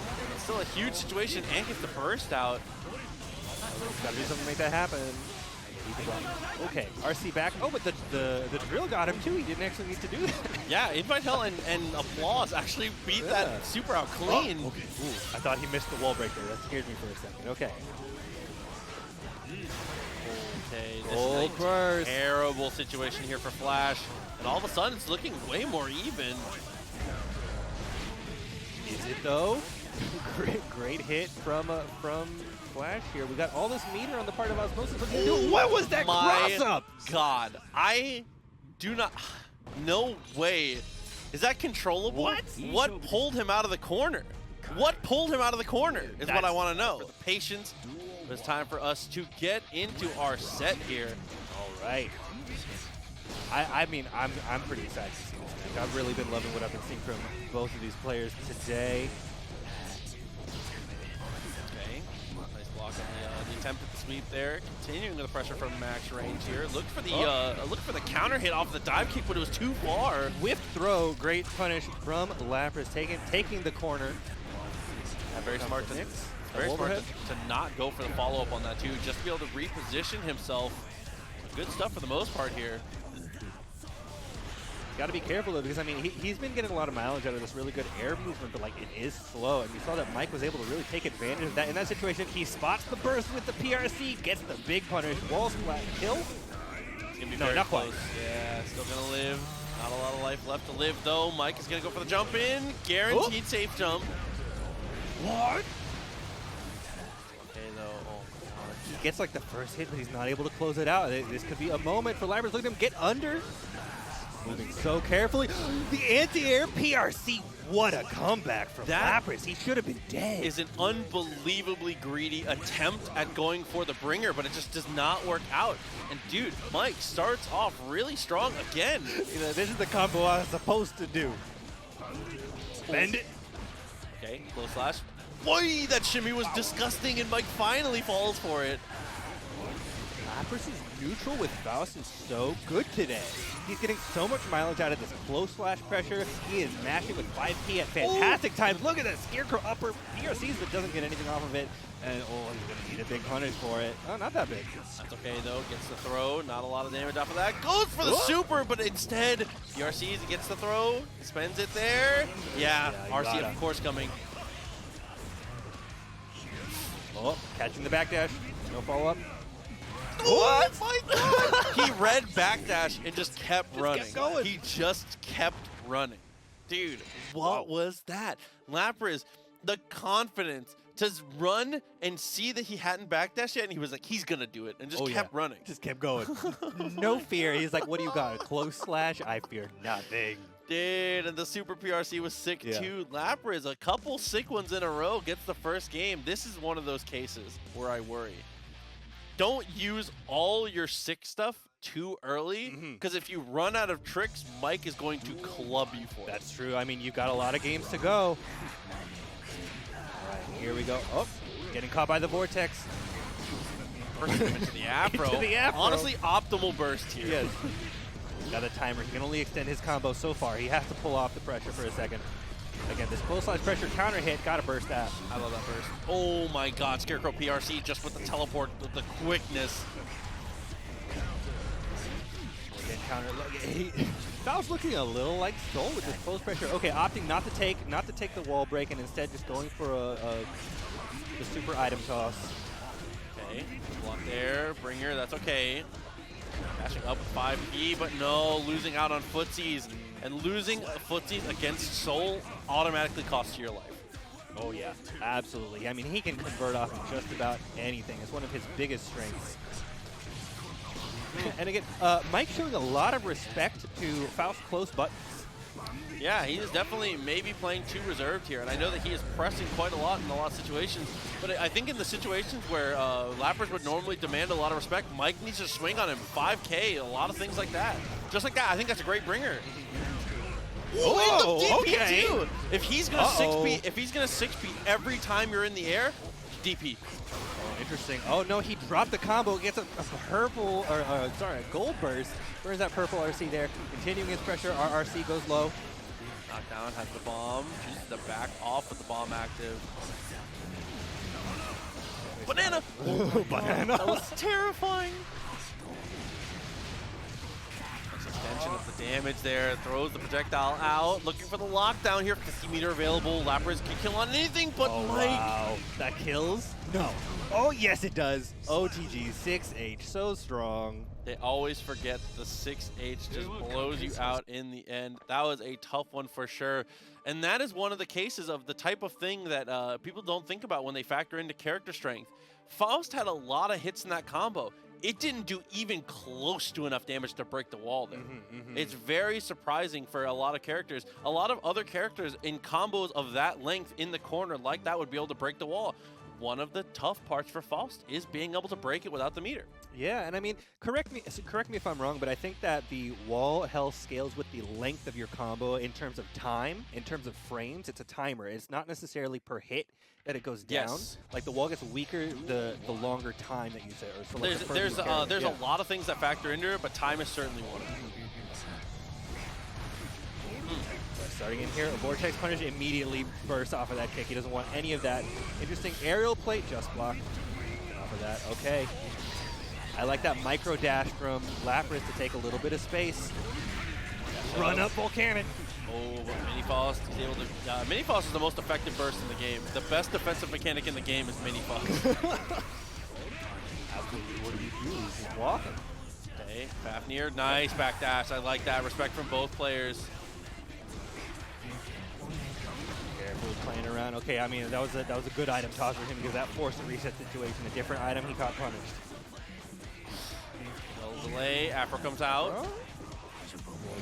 Oh, it's no problem for him to get it. Now he has that buff fireball. It doesn't matter here, but YRC, take a hit real quick. Fishing for those 5Ps and gets punished for it. Vortex under, he's got to burst if he doesn't want to die. Risky burst being so low. Okay, though, he's confident in his ability. Here comes the 100-ton. It actually hits only Faust, so he puts himself in quite the predicament there. And the 6P came out, but unfortunately, he gets the trade. All right, starting in with a jump into knockdown into item toss, getting a bomb, runs up, goes for the grab, grabbing through that bomb explosion, gets him in the corner. There goes the Afro setup. He's got that timer on him now. Forced him to block, got him to the ground, has his knockdown. OTG. Look at the pressure here from Lapriz, gets an item out, and Hammer is about as good as it gets in that situation, but the 5K is too quick. Yeah, really good awareness. I mean, mashing on that BRC. And converting suddenly now, Lapriz, you're in the corner. Great 6P though. He is so good at identifying the moments where he can take advantage and press something. Knocked himself down with the 100-ton though. Didn't actually get to press his advantage as far as he would like. Blocking. Oh no, counter hit 6H in the corner. Does not get the conversion. Oh, but he's fine. Okay. Yeah, a couple touches in a row. Mike is able to piece that one together. Lapriz was very, very close, but unfortunately lost out on a couple like just quick situations in a row, right? A lot of the times games are not won on huge, massive, giant reads. A lot of it is just a bunch of little niche micro decisions, and that's kind of what happened there. Mike just won out on a couple small exchanges, but small exchanges for Soul. Soul sees a small hole in the armor, and instead of like you know, like a little chisel and a hammer, he just blows the whole door open. Oh yeah, absolutely. I mean, I think at this point, you know, after a couple patches, Soul is not necessarily like the best in class in every situation, but like, oh, his ability to convert a small advantage into a big advantage and snowball is so strong. Like, maybe not quite Nagoriyuki strong, but still, like, he can like frame 5K. Frame 5K. I think that's honestly and truly, I think that's the only thing about Soul that needs to get nerfed. Yeah, but carried by Gold Burst. That's like Gold Burst number 6 or something from Lapriz, and here he goes. PRC into a combo, mix in the corner. Great press from Mike, pushing his advantage. RRC put him back in the corner, not going to be able to extend that any further. Close flash, nice 2S. There's the burst, okay.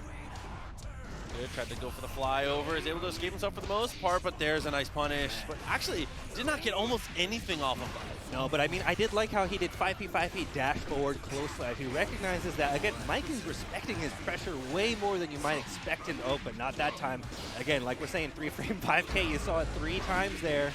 And he can easily RC that kill. EP to follow up just to make sure here. Mike Saftig is on set point now. Lapriz 5K is a great answer at the start. And he actually 5P beats out the 6S and footsies. That's one of the hard things about this matchup here. Mike is willing to go for all these reversals, willing to go for all these big risks, because what is Faust really going to do to kill him afterwards? Yeah, I'm really enjoying seeing all these players opt not to break the wall and just continue this corner situation, knowing that he was really in advantage here. Interesting YRC, oh, huge counter 6-8. No big combo, but he still gets the next hit. And that is going to be the kill, so Mike is going to take it 3-1 over Lapriz. Lapriz, as always, incredibly fun to get to watch you play. Dude, so now, losers finals, fighting on their way to see who's going to get to go up and play against Flash. All right, immediately Osmosis starting this long-range eddy pressure. Opposey bandits into the Opposey, has to burst. Up, here we go again. Nice confirming out here, not too much of a reward. Takes the burst though. Great kill on Eddie. Taking this into the corner, plus frames. Ooh. Really great FD usage from Osmosis over there, and then taking the advantage of the distance to get a 6P. Another 6P here, really on point with these wake-up drill. Pretty good here. Nice back dash from Mike, and good use of the Banner Breaker to get out of the corner, the revolver rather, to get out of the corner. Yeah. 50 meters still available for Osmosis here. He's going to try and look for his shot and find a way to apply the sword, and that is going to be it off the applause. Continuing all the way to the corner. Nice trade again. Yeah, that 5K good option there. Just get him off. You absolutely take that trade. Oh, right into the Opposo. Gotta be more careful about how you use Bringer there. Mike getting punished heavily for being a little predictable on his way down. Yeah, I mean, can he do that on reaction? I mean, he had Eddie ready. Yeah, I think he already had Eddie called out. He sees him dash forward and just kind of assumes, but there's a great throw from Mike. that corner pressure, the big slashes. Oh, he goes for the drunkard shade. No punish on there. Just the corner pressure continues. Finally, a run up grab and mix it up. Goes for the dust.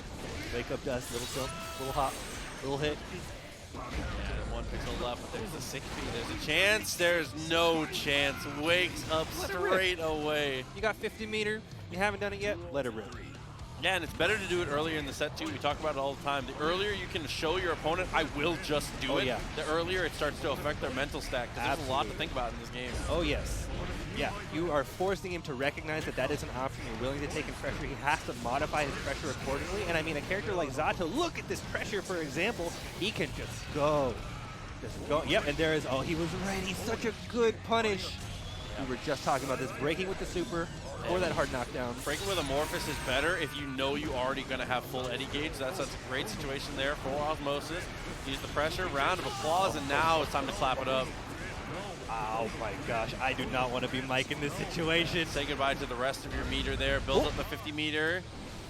I think Mike was waiting for the burst there, but he didn't give it to him. Really smart from Osmosis. He could have done it. It was the last round, but he waited.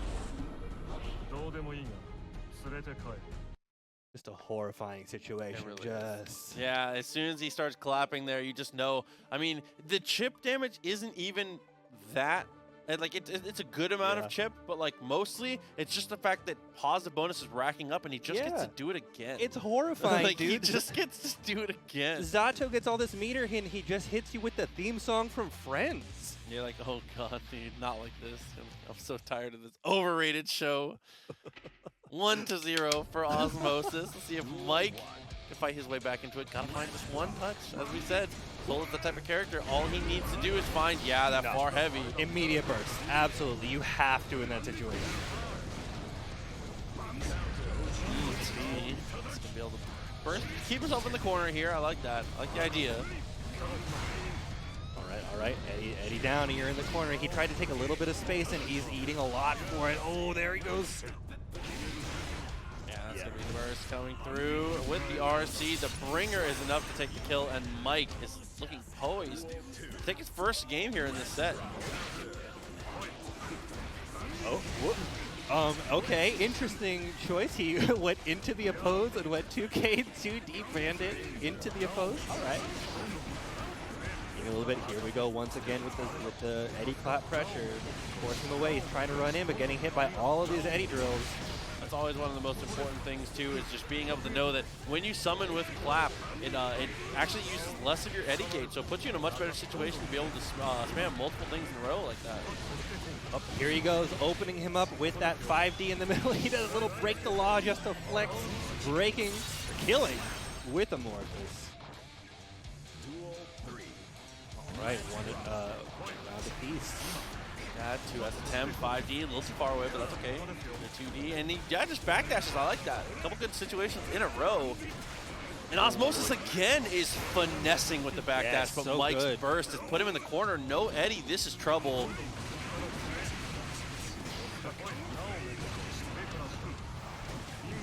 Struggling just to find his in. He's looking for his opportunity to like run in and jump in. And I really like this patience from Osmosis, though. Did you see that he chose to not throw his Eddy buttons because just the threat of the Eddy buttons was keeping him at bay. Oh, rough burst, able to block in time, but yeah, 6B, good stuff there. 2H looking for the frog, again a little too far away, and this time RC's forward just to extend his block string, wants to get his Eddy back, which he does. Osmosis really needs to get this game, needs the momentum here against Mike. Forced to just wait out that oppose once he's pressed into it. Unfortunately, any amount of backwards movement here is triggering danger penalty. Losing all that meter is so crucial. He's going to have burst in time. He's not going to have burst in time. The 6H kills him. It looked like he was going to get it back just in the nick of time. But Osmosis has now put it 2-0. All right. Going into match point for Osmosis, Mike's got to make an adjustment here if he wants to continue on in this bracket.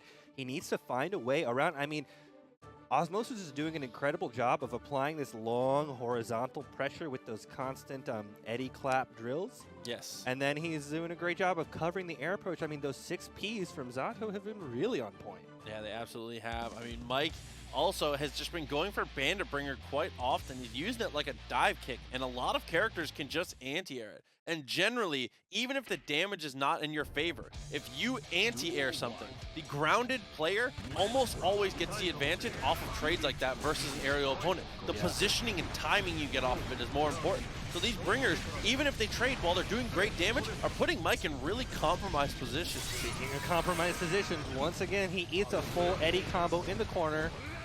He's aggressively trying to take his turn back. RRC, he's got it. All right. You're right that he's really leaning on this Bandit. He just is trying to use a movement option. Great defense, but an interesting cross-up from Osmosis, forcing Mike back into the corner, burning all of his meter to carry this on. Bad YRC, not going to catch him. But that's another one of those situations. He spends 100 meter, but it's all in time just to make sure he gets Eddy back. Yeah. That 100 meter was essentially just him trading it for the Eddy bar, and that is guaranteed. Osmosis is on set points. That's huge value. Oh, he finally runs up and throws the opposed. Finally, he gets a good answer into Viper and a full dust. All right. Got burst. Mike has a plan, and it's very clear what that plan is. 5D, fully charged, runs up, low slash. Wow, that was a hell of a round from Mike. I love the charge D mix-up. You just don't expect to see it. Okay. Maybe the answer is more Volcanic Viper. Maybe that's the move. He was a full character length away from him. Mike is on one right now. I like this a lot, but there's the throw in the Fafnir, not afraid. Even through all of this, he's not scared. No, that's like the 3rd time that he's got that I've seen that grab happen off of that Fafnir too. He's ready for it. If you do it at the wrong range, he's absolutely ready with this grab. Opposed in the corner, he's got to jump out. He's got to bandit away. Vortex trades heavily in Soul's favor. Great trade. Mike finally taking a game here. Yeah, looking so much better in that one. Mike, honestly and truly, that whole game just came down to he showed no fear at any point. He stopped worrying about, okay, well, the risk reward when I DP versus like if he has Eddy gauge, blah, blah, blah. He stopped doing the math and he started just doing it. And oh my God, it worked. He was just 100 for 100 on DPs.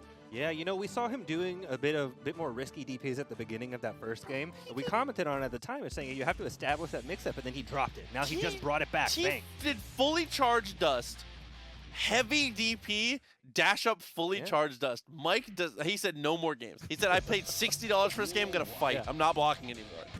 Okay, and here he goes, round start bandit, immediately gets hit for it. Osmosis is ready for it this time.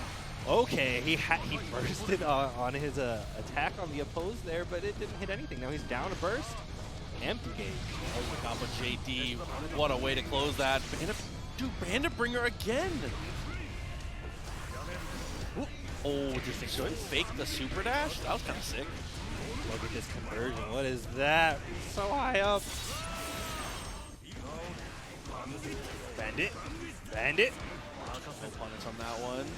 Trying to go for the opposed, a little too far away, out of Eddy gauge, and Mike is just playing the matchup as if he's out of Eddy gauge at all times, and it's just too sick. There's the 6H, and a huge shout out to Cynerd coming through with the gifted tier 1 to Eddy. Eddy, we do have Marvel on Friday, so hopefully we get to see you hanging out, but yeah, Cynerd, as always, thank you, man. All right, Osmosis taking early control of this round. Once again, Mike trying to find an in. We've seen him when he was in this situation previously. He would do a lot of air dash into Bandit to try to get around. And there it is again, that Bandit 6P consistently.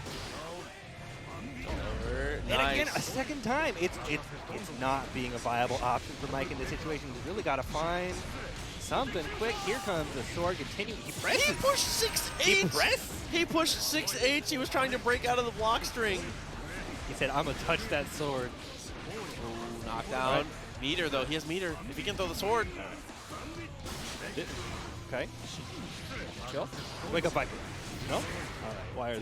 YRC dashed up, got the close slash, but close slash actually made that combo a little harder to get advantage off of. So now with the YRC, Osmosis is in great position. Okay, I really like the slight delays I'm seeing from Osmosis here on his Eddie pressure, trying to kind of bait out an aggressive option from Mike to trying to kill that Eddie, but here he is stuck in the corner. Got one round apiece here. Mike has to win this one to stay in it. Osmosis closes out. Bandit Revolver round start. How many rounds are Bandits? Is that like 5? And just between both of them. Oh, I can't believe Eddie didn't get hit. Yeah, unfortunately, it didn't work out for him here. Good pressure and heavy slash forces the burst. Huge win for Osmosis. Oh, he's in there. Pressure with that on wake up. All right, what's he gonna do? Burning his meter to try to get a little bit of distance here. Oh, wow. He jumps the throw, but Mike was ready with the PRC to get a nice counter. Not going to get a full combo, and once again, Osmosis is out there. He's got a pose on the field. He's doing his sandwich. Can he get the side switch here? No, not quite, but that's okay. He's fought his way back to mid-screen, able to get the cross up this time, and now with first hit of Leapfrog being the first thing blocked. Mike's got to get out of there. He's able to air bandit to safety. He gets a counter hit. He can convert this into a kill. Absolutely. He got the first burst just in time. Vortex runs up. Oh my god, close slash 2D. Mike, what a call out there. I mean, that's from a situation, though, that Osmosis obviously is looking to jump. I mean, in a situation where you are, like, last hit, about to get chipped out, Soul is running at you, I'm holding up. Oh, absolutely. So. No, super smart from Mike to recognize that. Really great adaptation from Mike. We're seeing him get around the Eddie a lot more effectively this time. He's not letting Osmosis is not able to just sit there in the corner and throw out those constant clap Eddie moves that he was doing before, because before he was just covering the ground with drills and then 6P'ing as he approached, and Mike has adapted to that really well. Yeah, and for those of you that do not know, clapping as Zato means you just are manually inputting it rather than doing negative edge. But like we said, if you do the actual motion input for the move, it takes up less Eddie gauge, so it's better. It treats it as if you were starting to use Eddie every time you. Oh no, 6H finally! He has to burst immediately, and he kills Eddie with the gun flame. Oh, backdash a gold burst. If Mike connects with that gold burst, the round is just over, I think. Another timeline that happened, but in this timeline, Mike is stuck out here in the corner, pushing his way out aggressively. Eddie is available, but how's he going to get to spend it here? He's not even getting to move. Mike, unfortunately, put him back to the same side, but he got still. All right, that's a great YRC, and he just runs and impresses. Oh, he catches him pressing something on Wake Up with that counter hit. Fafnir connects twice. What a way to go on that one. Mike is looking at set point here. Where did this come from? How does Mike get here? Mike just turned up. Honestly and truly, he has just turned up. He has played. Yeah. I can't word it better than he's played like Eddie doesn't exist. And I just like it so much, but unfortunately, this is another great anti-air.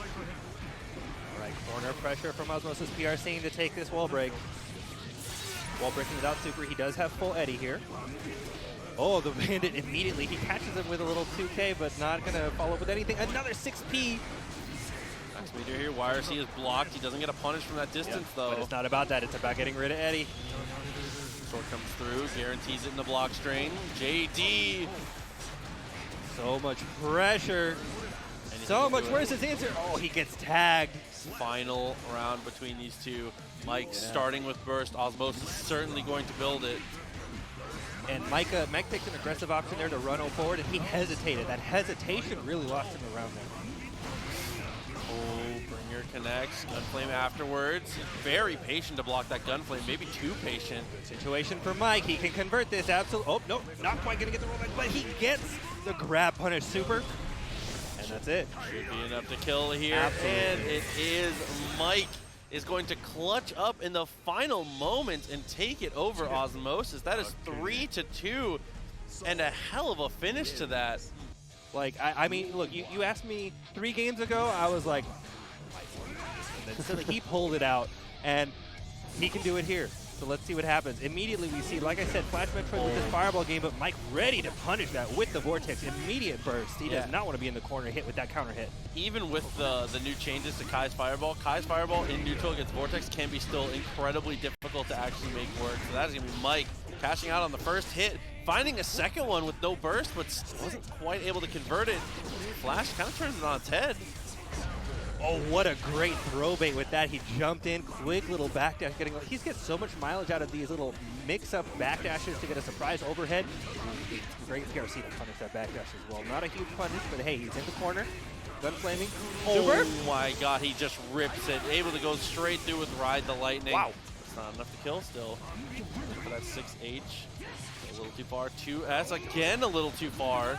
Flash Metroid pushing the right buttons just at like micro, like pixels too far away spacing, but that is an incredible whip punish. This spacing is so good. Like just incredible, like the very tip, just perfect pressure. And I mean, like again, Soul is the kind of character that will eat you if you mess that pressure up a little bit. Between the 3-frame normal, the strong reversal DP, Flash Metroid not scared. He's confident. Oh my god, what a just block into the punish there with the 6H. Masterclass from Mike Saptig. Flash gets away pretty healthy for the situation. Once again, that's what I'm saying. These air dash, aerials from Flash Metroid, getting some good mileage out of that. Blocking that arc. Oh, great defense from Mike. This is so... I mean, he's in the corner, he's got full risk, but he didn't get hit, and he's running forward, applying his pressure. PRC. Flash again. And you're in the corner now, and you're shocked. Uh-oh! Dangerous choice. Flash Metroid with a questionable backdash. Going to eat this full combo in the corner into the kill. Fantastic turnaround of that situation from Mike to seal that round. Yeah, truly, and that is going to make it 1 round apiece now in this first game of the first set here, Grand Final. Flash Metroid, like I said, coming from winner, so he does have a set to give, but you do not want to see this set go long, and Mike with the reaction time to get the gold burst off. Yeah, Flash Metroid was playing a really great footsies game with that spacing, carefully whiff punishing, playing Street Fighter for a second, and Mike said, I have a 100-meter now, you stop. Cease. Clean hit DP, forces the burst out, try to go for the heavy fireball. Nice conversion. All right, here we go, the throw game. Going with that projectile. Blocking that 6H this time, getting a nice conversion here on the wall into the super. That's another one of those situations where Mike is kind of lucky that the wall had as little health as it did. That is the best starter from Kai, so that was a ton of damage coming through. He avoided it, a lot of it just by virtue of getting broken through the wall. Playing patient, building that meter again with that super. Chips him out and then ends up breaking through the wall. So that is going to be Flash Metroid, who is playing we're gonna call it Skinny Soul, as long as he's playing the Soul bad guy costumes. We might as well, you know. If we get to call Soul Headband Kai when Kizzy's playing it, we're gonna call this definitely Skinny Soul. Luna good guy. You know.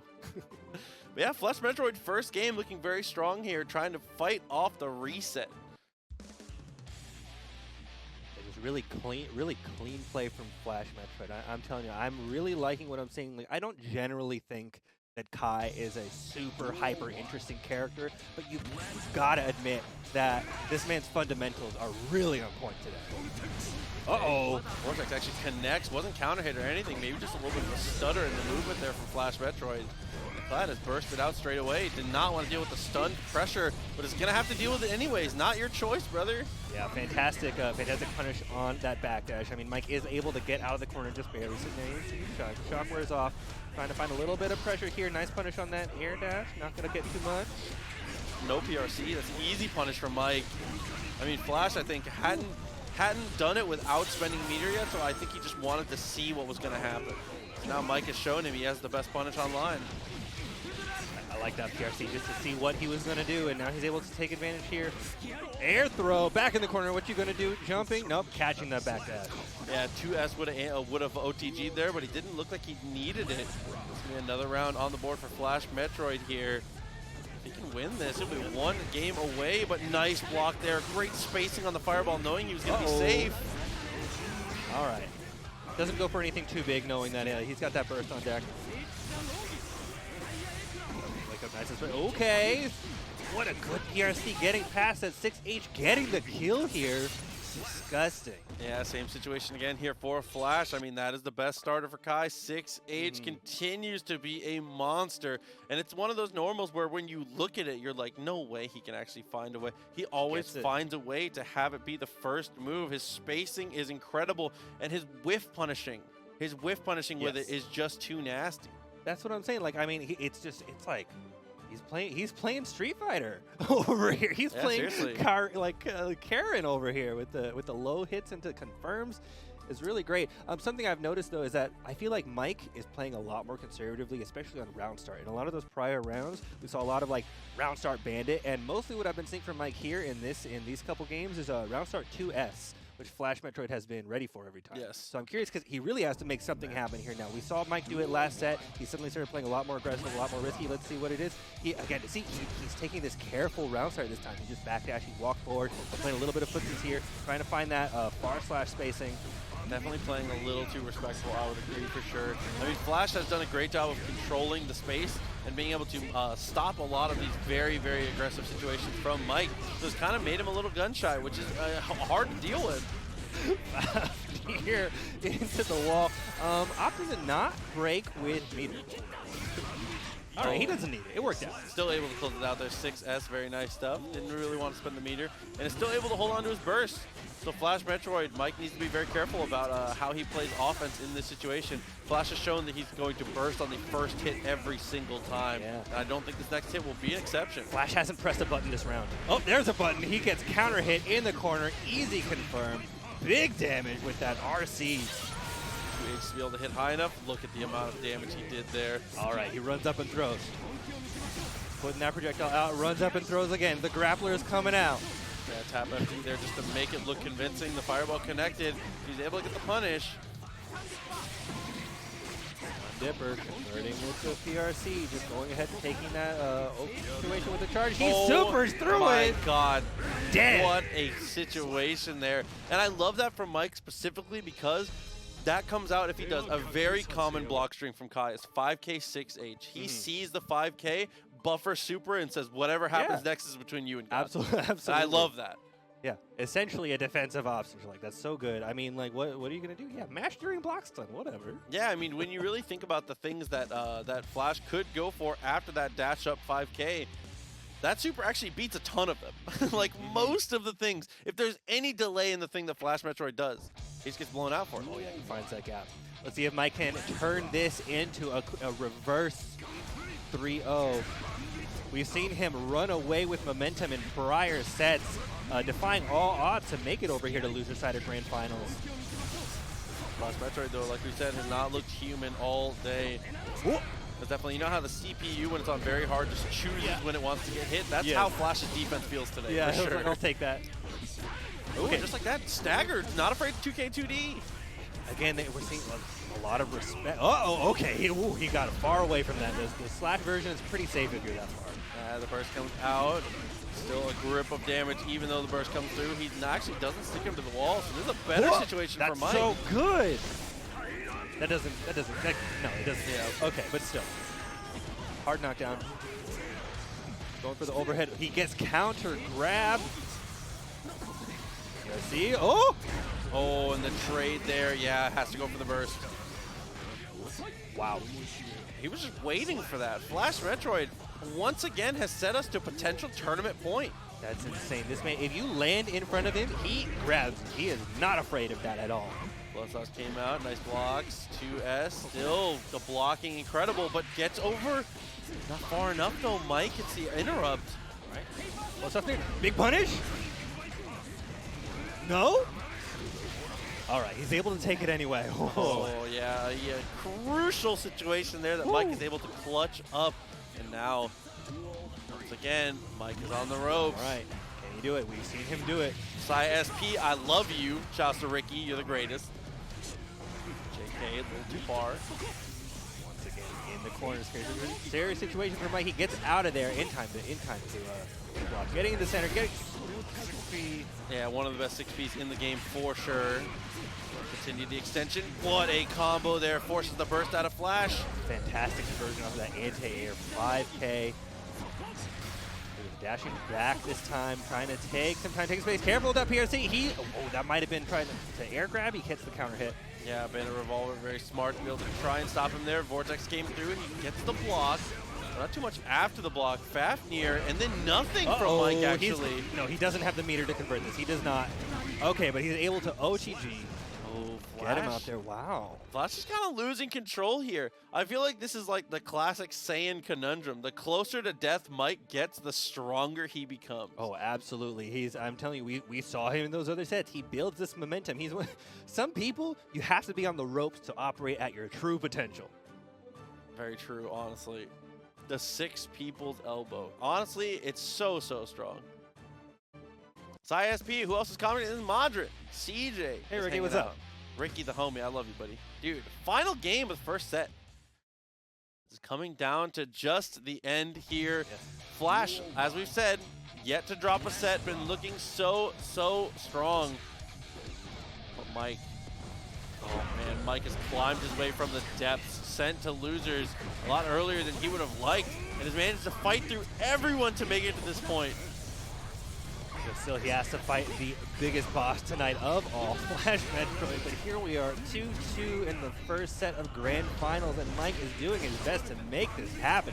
Yeah, unlucky that close slash actually connected there. If it was only far slash, that would have been a much more fruitful combo, but you cannot just go for the fondue. Not all willy-nilly, the 5K comes out. I believe he just wild through. I think that was the Vapor Thrust. I couldn't really see the start up there. Guess with it too early though, and then dropped his combo. No reward for that actually. And easily taking that run. Okay, Mike wants the reset, and he wants it right now. Gophers backing up, run up 6 feet. He goes for the grab, and he's gonna get a nice punish off of that. They hit DP, a lot of damage. Wakes up with a Vapor Thrust. Back and forth here with the DPs between these two. Bursting to keep him in the corner. I understand that. You don't want to give him any more momentum than he already has. Good top 5K, love the check. PRC. Ooh, Mike is not falling for the staggers here while he's playing unbelievably aggressive on offense. What? Nothing. Next set, send it to the next one. That's holy crazy. Moly. Dude, that is just Mike with authority. That so was. Please send me to the next set. I'm charging dust. I'm sending you home. Wow. That was definitely a Grand Finals Game 5 mix-up. Like, he's been holding that in his pocket the whole night. Yeah, I mean, we've seen that one other time from him, and he did it twice in a row then. So I think that was another one of those situations where Mike just decided, like, he started trying to do the Jedi mind tricks on him, and he said, you will not block this. And he just continues to press it, dude. What a way to go. Mike has brute forced a reset. He is playing so sick, and that's what I was getting at, is that on offense, he is playing so risky, but on defense, it's so tight. Mike is blocking everything, is not falling for staggers, is not allowing the flip kick to come through.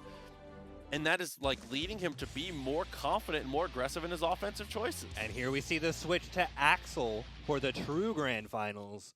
The true main. No more Kai. I mean, I was really enjoying the Kai that I was seeing, but I mean, this change-up might be exactly what Flash needs. Let's see how this works out for him. Immediately Mike showing no fear. He is in Axel's face, in the corner. Nice block. Oh, one for the helicopter. Right. No trading spaces. Oh, okay, there's the burst. Right. Tense Axel things as Mike tries to find the opening. Was nice. Yes. Yeah, and that's a key piece of Guilty Gear. When you go for the red RC, if you see that it doesn't connect with your opponent, if the hit counter doesn't go up or they're not forced to block it, you know they did something as a guaranteed burst there. Respect to that throw. That was a Flash Metroid throw. Mike just got there. He's turning it right around saying, you get in my face, I'll do it back. Counter hit. Grip of damage there. Needs to find one more. I like the attempt because if the bomber connects, he's in a winning position. Trying to find some space with Mike coming in with this aggressive counter hit in the corner. Okay, quick little 2K.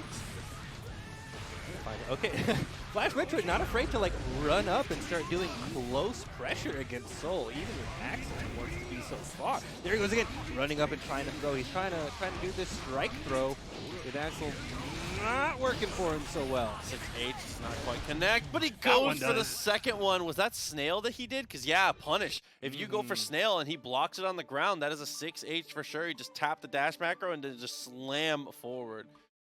So damn, that's another game for Mike. 1-0 now. Flash Metroid to Axel. Didn't do too much better. I mean, that is an incredibly difficult matchup. Axel versus Axel versus Soul is not great. Oh yeah, okay, and he switches immediately back to Kai. He says, no, it was a nice try. Back to Kai. Maybe that was the mental reset that he needed. Let's see what Flash has for us here. Right back to this nice, calm spacing, zoning game. Strong counter hit, immediately bursting though to take him into the corner. Yeah, reversal fireball didn't get too much afterwards. Nice connection, full combo. Panic Viper, gotta keep that on the table. Vortex, okay, PRC backwards, not gonna get too much of just another Gunflame. Yeah, he's just looking to steal the burst there for sure. Fireball came through, nice block. Dash up 2K, again, good, but he's able to get the burst out.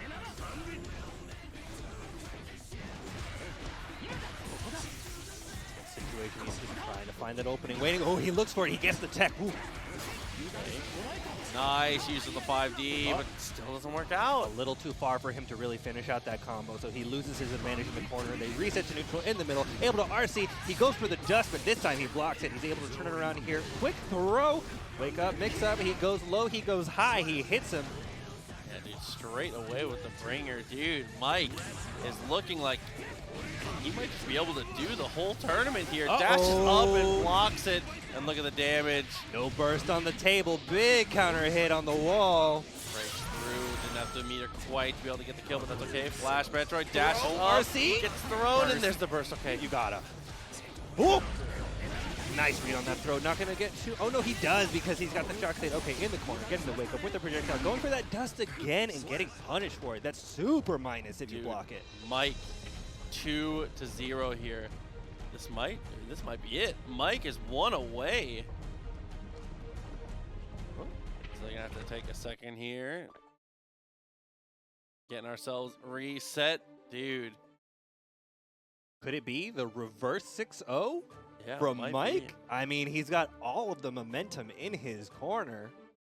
Yeah, he is definitely he's definitely really working out here. Mike is looking like he just needs one more. Flash's Kai has been more than capable of keeping up. I mean, a lot of the times Flash has been setting the pace. Mike is just hitting home runs when he does hit him. Like, I 100% honestly, Flash is setting the pace in so many of these neutral situations. Just Mike is cleaning out and closing out on every single touch. Yeah, Mike having to take some really big risks in neutral here, but it's really working out for him. I mean, the answer is he's got to gamble a little bit. Yeah, it's a punish. You have to cancel it. 2D first came out, tries to delay himself. There's the Vortex. Music goes for a throw. Not going to get too much out of this, but oh, even the projectile whiz, he's just a little too close. Big counter hit in the corner. No burst online. Dude, and almost as if on cue, Mike has just started to absolutely take control and dominate the pacing of this. He is 1 round away. 1 round away from securing the reverse 6-0 against Flash Metroid here in the grandest of grand finals. Oh. Flash Metroid not going to let him have it for free. Look, what a cool combo to pick that up into the wall break. Yeah, so sick being able to get that to work out. Phantom Revolver straight away, though. That combos. That juggles for That's sure. so good in the wall break. Hard knockdown situation. What's the answer? Opting to play it safe. Nice punish. And a bringer from that distance, a little greedy here. I do like how greedy Mike is playing, but that might be the edge of where it becomes too much here. Flash is able to whiff punish that. They're both backing way up. They want to take a second, think about their options. This game is really fast. It's hard to find some breathing room. Uh-oh. Okay. Counter hit on that last hit. He's just taking his space, playing a little bit of a fireball game here. Mike gonna slowly approach. Yeah, TNS was a little too far though. 6P counter hit, both backdash. Again, just trying to look for some reprise, but there's the DP and forces the burst. It would have been a combo. Yeah, that's the second reactive DP punish to that bandit. See back with 5K. What an answer! Down. Okay. Corner backdashing, trying to look for a throw or a DP. Got him in the corner. Just lucky with that throw. Yeah, the throw works out. 50 meter, PRC's backwards. Now, Flash has burst online, and it doesn't look like Mike is going to get it in time. What's he looking for? Wild Not throw going to have the actually- opportunity. There it is, gold burst. Wild throw actually ends the round without him having the opportunity to burst here.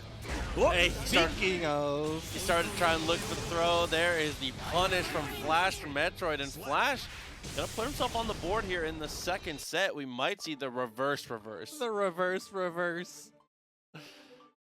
When you play the reverse card in Uno and they got one too. Oh no, dude. So with it 2-1, Flash Metroid. That's the mindset you have to have though. As you start to play this, you got to think about it 0-0, right? You can't overpressure yourself. You can't let it rock. You've got to just play it the way you would any other game. Absolutely. GG go next. We'll see. Flash can continue to keep this up, Mike.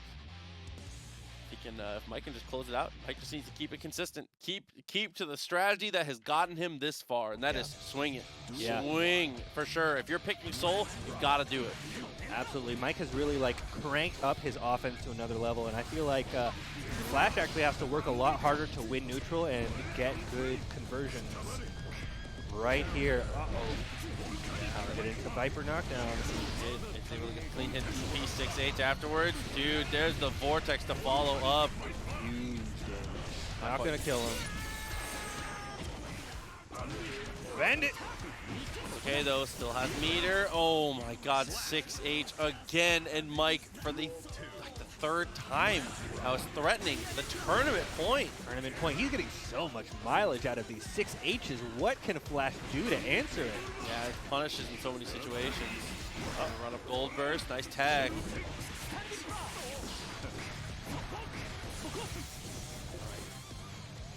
From Flash pushing him out. Okay, he wants to get him back into that corner.